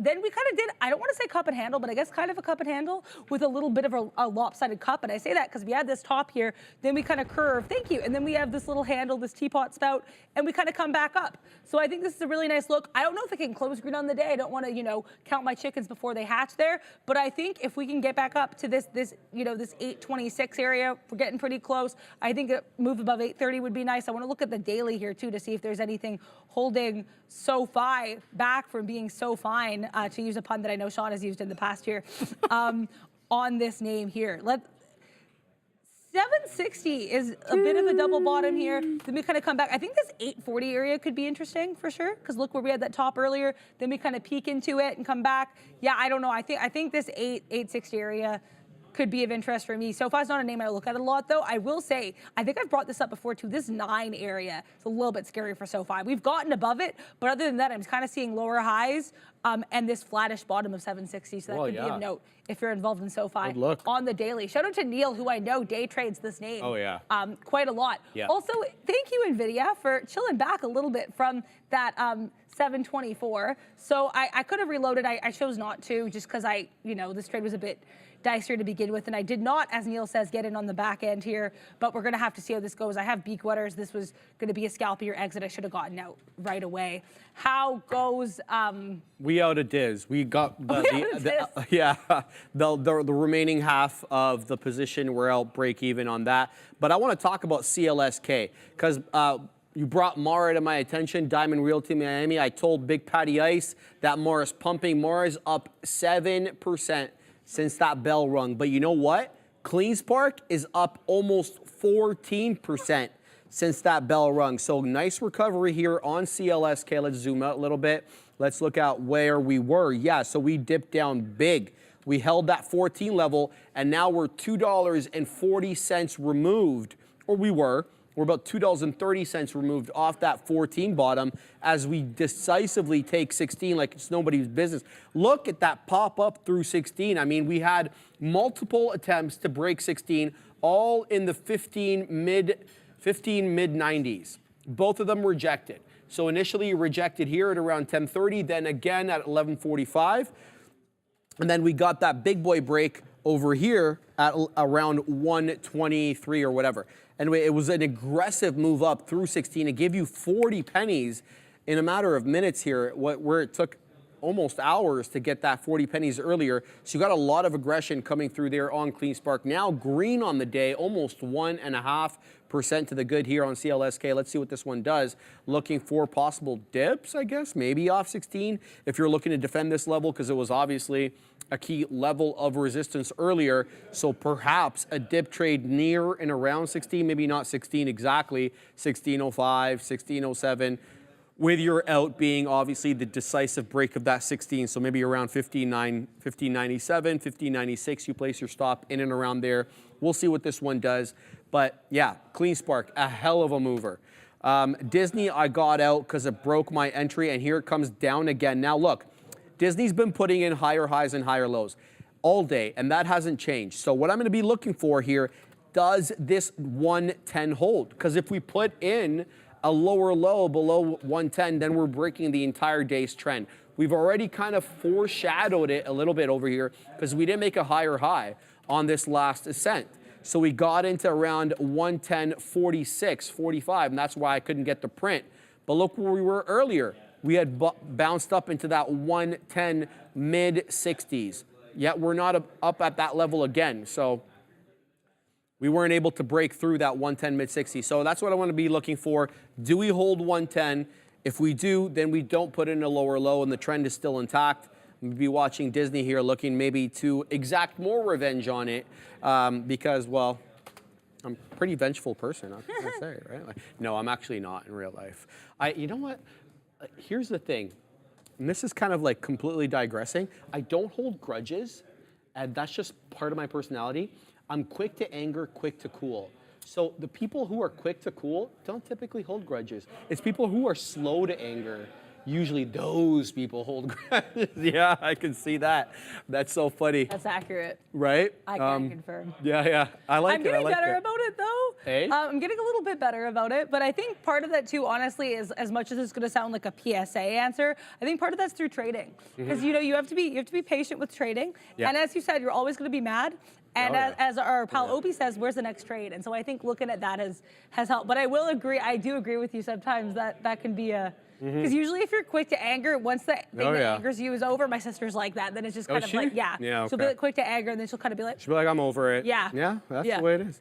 Yeah. Somebody, I think Narud, was asking me about DBGI, and then she said, never mind. But let's have a look at DBGI, Narud, because we were inching our way up to around VWAP, right? And you know how I feel about trading these small cap gappers south of VWAP. I'll never touch them. Well, I shouldn't say never, but almost 99% certain I won't touch a small cap gapper if it's trading south of VWAP. This one really attempted to come into VWAP, coming within like a penny of it or so. It's accumulating at $8 right now, coming off that 650 low, or 6 1/3 low, pardon me. So let's see if you can get above VWAP and above $9. If it can, this could be an interesting move into the close. You know, the trade that I have on these small cap gappers, the ones that I like to execute midday, are the ones that I call a VWAP hold high of daybreak. And essentially what these guys are is it's a big mover early on, 9:30, 10. It makes that big move up, and then it starts moving sideways for the majority of the afternoon. But sideways in the sense that it's at VWAP, maybe a little bit below, maybe a little bit above, but it's in the VWAP vicinity. And the point of that is it's being bought up to hold it above the volume weighted average price. The idea here is to buy it during the course of the afternoon at VWAP or near VWAP, accumulate a position, and look for that test of high of day in the more liquid time slot when the big kahunas come back on between 2 to 4. I haven't seen any of these small cap gappers give me a VWAP hold high of day setup. None. They're all south of VWAP, or they're trying to reclaim VWAP like DBGI, not having been at VWAP. Like this one dropped significantly, like dollars below VWAP. This is not what I'm talking about. I'm talking about where it moves sideways at or near VWAP for the majority of the afternoon. I haven't gotten that on any of these 6. So nothing for me in a small cap gapper world in the afternoon, sadly, as none of them is setting up for the way that I would like. So we're going to continue to look at these large caps. Now, Disney did dip in, Adara, into that 1003, held it for now, so we don't get that lower low on Diz. So technically, the trend here of higher lows could be intact. Let's see if we can clear and start curling back up, as my friend Neil likes to say, getting it on the backside, rather than trying to actually just guess, okay, well, this is going to be the bottom, let me punch in here. So let's see what Disney does. Don't mind getting back into it, but it's got to hold that 110 level. And the reason is we're looking for continuously higher lows on Diz to make sure the trend is still intact. Juan Padilla, can you look at AMD? Absolutely. You don't have to ask me twice, Juan. Let's look at AMD. What do we got here on AMD? Now, we are down 2/3% on the day, but we're up 1 3/4 since the bell. So AMD trying to recover here from the lows that it put in earlier at around, where were we here, Adara? We got down to 164 1/3. That was the IB low, and then is that the IB? Yeah, that's 930. That was IB low, and then we basically shot up right after that. High a day right now is at that 173.17. We're somewhere in the middle between the low and the high right now, having a price of 170.84. Looks like we're inching into that 171 area. But you know what's funny about this? For whatever reason, this whole dollar at 171 has been a level. Let's bring in the side chart so I can show you a little bit more detailed here. Let's get rid of OMH because it's doing bupkis. Look at this 171 here on AMD. Look how many times we've come into this 171 essentially from 12:20 onwards. So we're going on an hour, 40 minutes of rejecting this 171 area. And that's not a key level of resistance for me. In fact, the closing print on AMD yesterday was 172, just below 172 by about 5 pennies. So the fact that we're encountering resistance at 171 is a little unusual for me, and I'm not really sure what to make of it, except that it's, you know, rejecting off the whole dollar level. Let's see if it clears 171 here with on a closing basis, not just a quick wick up and a move down. Maybe we can weasel a trade off this. Maybe take $1 into 172's closing print. Who knows? Thank you for pointing that out though, because that 171 consolidation top is a little bewildering. Benton, Man U up 10%. Come on, you Gunners. See, that's what COYG means. Come on, you Gunners, that's baby. What that means. Remember, Arsenal's nickname is the Gunners. Oh, I see. Okay. Yeah, because they make Arsenal, right? Yeah. Quick little fact: the area of North London where Arsenal moved in the turn of the century from South London to North London. So they were actually in the area where they made the artillery for World War I. Hence why they called them Arsenal. That's so cool. That's the only reason. But then they actually moved out of the area where they originally started. That's why their hatred and the rivalry between Tottenham and Arsenal exists, because we moved so close to their turf. There's literally like 1.5 kilometers between two monster stadiums.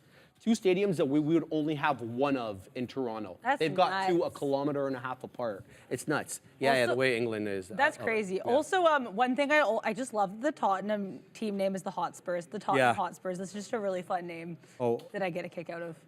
Are you supporting Tottenham? No, I just like the name. Oh, that got like really, like, Kate, someone else was saying here too, like, Sharif's really good at sarcasm. Yeah. You sell it really well is the thing. Like, you give like the Academy Award nominated sarcasm performances. Yeah. And because I know you had everyone shook earlier with the iPhone recall. I remember that. No, but like an Arsenal fan, I mean, and a Tottenham fan, it's really hard to coexist. You know, they just don't like each other. Yeah, they don't.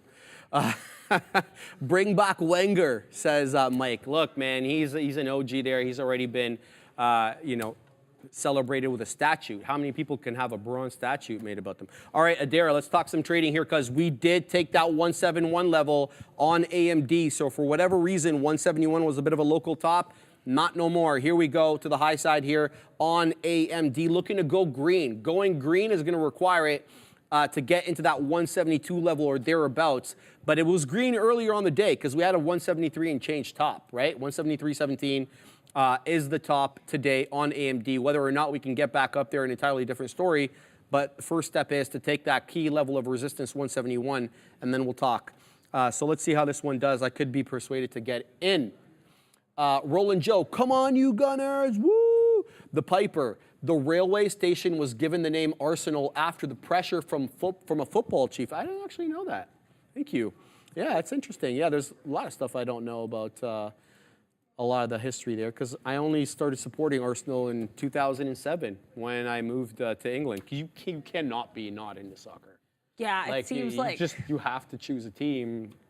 I don't know, it's the way I felt when I was out there. No, that's fair. And I mean, like, as someone, like, if you go on Wikipedia for any British actor or singer, it will have the team they support. Team? Of course. 100%. Yeah. Like, I think you'd be hard pressed to go, and I'm definitely wrong. There's I'm sure there's some examples that are not gonna, you know what I mean? But usually if you look up a British person on Wikipedia and go to like the personal life section, there's a good chance they will include the team they support. And a lot of times it is Arsenal or Liverpool, I find. Those are usually what I've seen as someone who spends a decent amount of time looking at people on Wikipedia. Man U has a lot of support too, because they're they had a great spell in I believe the 80s, and another really great spell in the late 2000s, early 2010s. That they were really dominant around there, and so they were able to build up a lot of fan base. But the team growing the quickest right now is City. I was going to say with yeah, Pep. they're just ridiculous. They're so good of a team. They have 2 top players at every position. Yeah, it's nuts. So they can literally rotate their team in, and and they play in multiple tournaments. Right? The thing is about soccer, like in North America, you have Major League Baseball. You only play Major League Baseball games. No, in England, you're playing the Premier League. You could be playing the Europa or the Championship. You could play the what's it called, the Carabao Cup, the FA Cup. You're in multiple tournaments, so you have to have squad depth. Otherwise, you get injuries and players are tired. They can't play. This, that, and the other. That's nuts. Yeah. Yeah, no, too, because that's another thing. I know about Man City as well through Ted Lasso. I know Pep Guardiola is their coach, and he's like pretty respected as well. So that's a very good look for Man City and me continuing to know the little I know about soccer from a Apple TV show. So shout out there. Let's look at Apple actually for that reason. Not for that reason, but I know it was just interesting earlier. I think it was Joanna Brewster talking about this one earlier. This one bounced off that 185 area. That's kind of interesting. I was looking more at 185.4, but I think that 185 and 10 pennies is not a bad area as well. Shout out to the 10-cent club and Aaron Scribb there. But yeah, I mean, kind of still holding VWAP pretty well. Initially bouncing off VWAP, now rejecting off VWAP a little bit. Harder to find levels, though. We're pretty tight in a range. If we fall from this range, I'm eyeing 184.80s-ish and then 184.50. I have some disheartening NVIDIA trades to discuss in a moment, but I want to look at some other trades here, or other stocks here for people. I know Tesla, some people mentioning, I'm very sorry I neglected Tesla today. A little bit neglectla, because I was a little bit caught up with NVIDIA and Meta, I have to say. But Tesla, I still think really nice look here. Lower highs, lower high, lower high, lower high, lower high, lower low, lower low. Bit of a fake out consolidative bottom here, though, for Tesla. Tesla was like, oh, actually, I might curl back up at that 183.20. It did it again earlier, too, while I was in the short. Then we get to VWAP, and actually Tesla's like, nah, I'm still a short. Continue to go to the downside. And this is why Neil was saying, and a lot of people quoting this in the chat, so shout out to Neil, about the, in the Real Deal with Neil, making sure, you can be fashionably late for a party. Get it on the back end, right? Like, you don't need to get into a movement the second it materializes. I'm paraphrasing, I apologize. Yeah. But yeah, so because a lot of people in the chat legitimately quoting that and really taking that to heart. I literally say that every day. Yeah. And I literally give Neil credit every day. As my friend Neil likes to say, who's heard me do this? Yeah. As my friend Neil likes to say, getting it on the back end, right? Yeah, and I mean, it makes eminent sense. It really does, and I think that's what got me a little bit in this Tesla short. To be clear, I'm not going to cry over spilt shares for this trade. I did like the point of entry. We did have some consolidation over this area. Then we just ended up wanting to go a little bit higher before rejecting. Maybe my stop area should have been a little bit different, but c'est la vie, it is what it is. I still like the look of this as potentially as a short, although it seems like we're trying to curl up a little bit here earlier. Notably, where we did have this consolidation and this earlier rip back to the upside there, so that's of note. Now time to get into NVIDIA. So I'm still up on this name, I have to say. And again, like part of this is, as boring as it can sound, just have to have risk management and risk principles there. Clearly, I was too early to the short because now the short seems to be maybe materializing a skosh.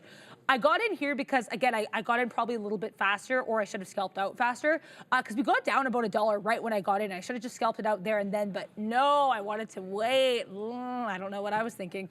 But I think, yeah, this 9 EMA breakdown was pretty interesting. Then I got out when we decisively broke around 724, which was my area of exit. Then I noticed kind of back into that 723. I just scalped this for 50 pennies. I was pleased as punch. And to me, I think there's a difference, and this is kind of what you were saying about Disney too. Right. There's a difference between revenge trading and avenge trading. And to me, avenge trading is when a name didn't go well, but you see a level and you want to prove yourself. And honestly, 3 out of 4 positive trades in NVIDIA, and we're still positive on the name, and I credit that to the risk management there. But also, congrats to anybody who got in that NVIDIA short at a more appropriate time. Shout out to Neil, getting on the back end, being fashionably late to the party. Because that NVIDIA short party, you may be putting on your party hat right about now and doing a nice little dance there. Good times. All right, guys, tomorrow, make sure to join Adair and I as we continue with the theme of the week of accumulation and distribution. But tomorrow, we're going to be talking about the hot topic, technical indicators for confirmation. Technical indicators for confirmation. We'll be talking about things like on-balance volume, accumulation and distribution index. Who's been asking about that? We'll be talking about the relative strength index, stochastics. So we'll be talking about these indicators. We've kind of touched upon them before on our week on indicators, technical analysis indicators. But tomorrow we're going to be viewing it from the lens of accumulation and distribution. Make sure to check us out tomorrow. Technical indicators for confirmation. That is what we are talking about tomorrow. Do I think tomorrow will be a red day or a green day? Asks Viral 86. That's a really good question. I don't know. Let's wait and see how the market reacts to this sell-off. Do we get PPI tomorrow? We do. Right? It's weird. We get PPI for December tomorrow. Huh. Interesting. Why? I don't know, because I was asking Brendan about that. I said, is it usually that we'll get 2 PPI numbers in 1 month or in 1 week? And Brendan was like, let's look into this. And so it's December tomorrow, but January on Friday. So bizarre. Okay, maybe it has something to do with the holidays? That's what Brendan was saying. Oh, okay. So that we don't know, but that could probably be it. Okay, so we get a PPI, albeit a very delayed PPI. So the real PPI is Friday? I mean, we'll have to wait and see. So we'll see tomorrow, guys. Guys? Okay. Ram, chart, guys. It doesn't end around here. We made a new low of day, though, Adara. Not a low of day, but a local low. They're breaking through that 17,660 bottom. Here we go on the future. It's not by much, but it is right back to lows. The low of day, technically, obviously, is at 17,586, but we spent all of like 1 second down there. We are headed lower, guys. Here comes the futures. We're down now almost 1 3/4 as we head into that 50-point level, 17,650 possibly coming in right now on the future. I'm seeing Apple curl down. I'm seeing Tesla curl down. The Amazon as well, softy, everything curling down, essentially except for Meta and NVIDIA. And that's kind of been the story of the day. They've been the strongest too, even though they're both negative technically on the day. Meta down 3/4 and NVIDIA almost flat, 0.076 now % to the negative side. Everything coming down though, so the future possibly coming down as well. I think Big Cal Burdett was telling me about 10 minutes ago or so that the ES was awfully close to the low. And you couldn't be more right, Kyle. 49.65 is where we're at. 49.61, the after the bell low. It's not the overnight low, that's the after the bell low. So we're awfully close to the lows right now on the ES as well as the NQ as that comes back into that 50-point level. So we'll have to wait and see what we get there. I want to shout out Narud because she was talking about DBGI possibly making a comeback here, and this did break through VWAP, so popped into 950. Is doing its darndest to get back above VWAP and reclaim that $9 level. So DBGI up a cool 210%, really trying to become tradable in my book here as it really curls back off that 650 low or that $6 low, and now breaks, or trying to break, I should say, above $9. DBGI, small cap gapper, baby, continuing to print to the high side.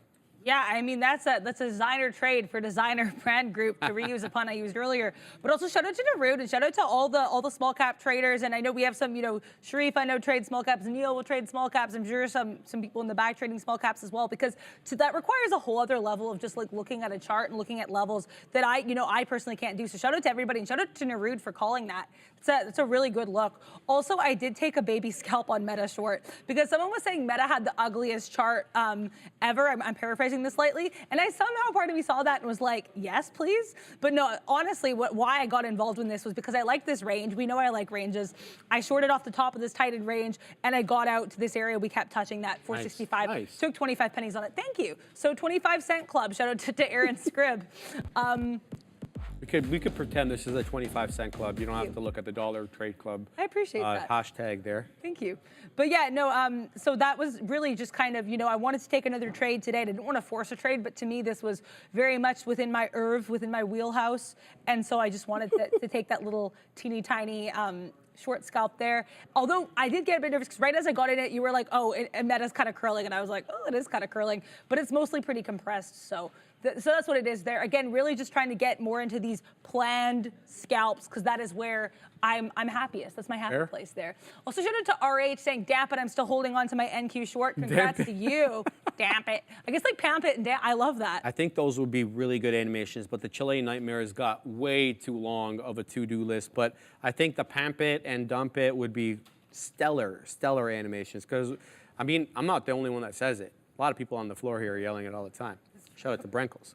But yeah, interesting look here. Let's have a look at CLSK because people were yelling about this, that it was coming into that $16 level again, and yes, it did. It broke down below 16. It's trying its darndest right now to reclaim 16. It's only 3 pennies below. Went negative again on the day after going positive. We're talking about CleanSpark, 1640 top. It had issues with 16 all day owing to these tops over here. So I figured, you know, it cleared 16, it come back and defend 16 as a level. Well, not on a day like today. Certainly not. At least not for now. So it's trying to get above 16, but having a bit of a hard time.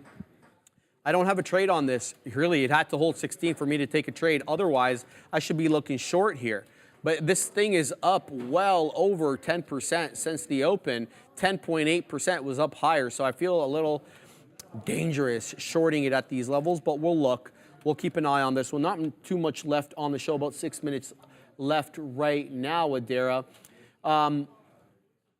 Or Pelvev says DBGI wants it. Yes, I think you're right. It is really trying to fight with 9 right now. Let's take off Holo and put DBGI because this one continues to go here.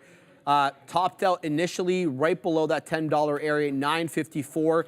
Broke down below 9 and broke down below VWAP, was able to reclaim it real quick. There it goes again below 9. And so when you look at it on the 5-minute charts, it's 2 wicks above VWAP, all with lower prints, with lower closing prints. So we'll wait to see where this candle closes.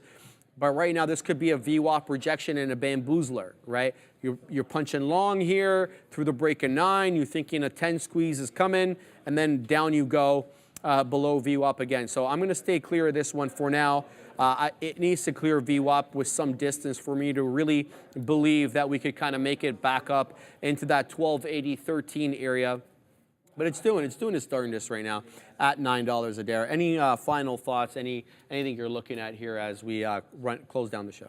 Yeah, of course. Yeah, I think if you're a range trader, I think Meta can give you some little tasty things to nibble on here, just kind of right below that 465 to around that 465.50. So like we're talking like 464.80 to 465.50. It's a tight range, mind you, and it could always kind of fall off, which is a thing to be cautious of, especially with ranges as we talked about with accumulation and distribution. But definitely something brewing here for sure. Sebastian asking us to explain bamboozle. I mean, it's your terminology. So but it's kind of when the market gives you a surprise.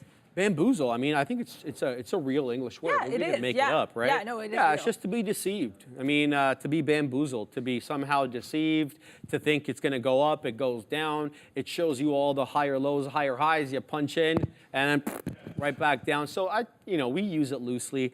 Maybe I really wasn't bamboozled. Maybe I feel bamboozled. That's all that is. Yeah.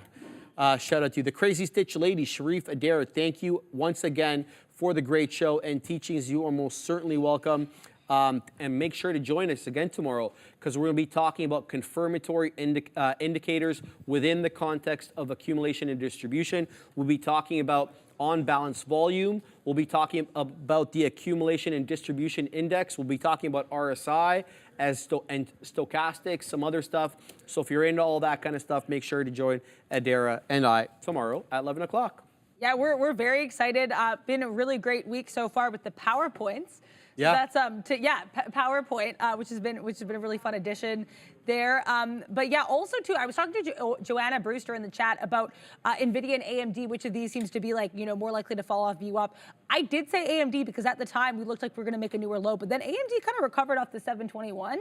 So we're going to have to wait and see. Still not making new higher highs though. I will say, NVIDIA. I was talking about, I said AMD, I meant NVIDIA. I apologize. AMD though too.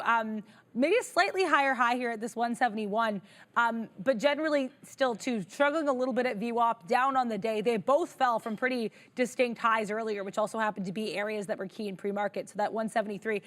Sharif did a really thorough analysis of AMD earlier, so shout out to that. And then NVIDIA, which I have been yapping about all day. And Sharif also was really calling out really well that 722 level, which is we're currently clinging to. So shout out to Sharif for that analysis there. My analysis is really just lower highs, lower lows. We're going to have to keep seeing those come in. Yeah.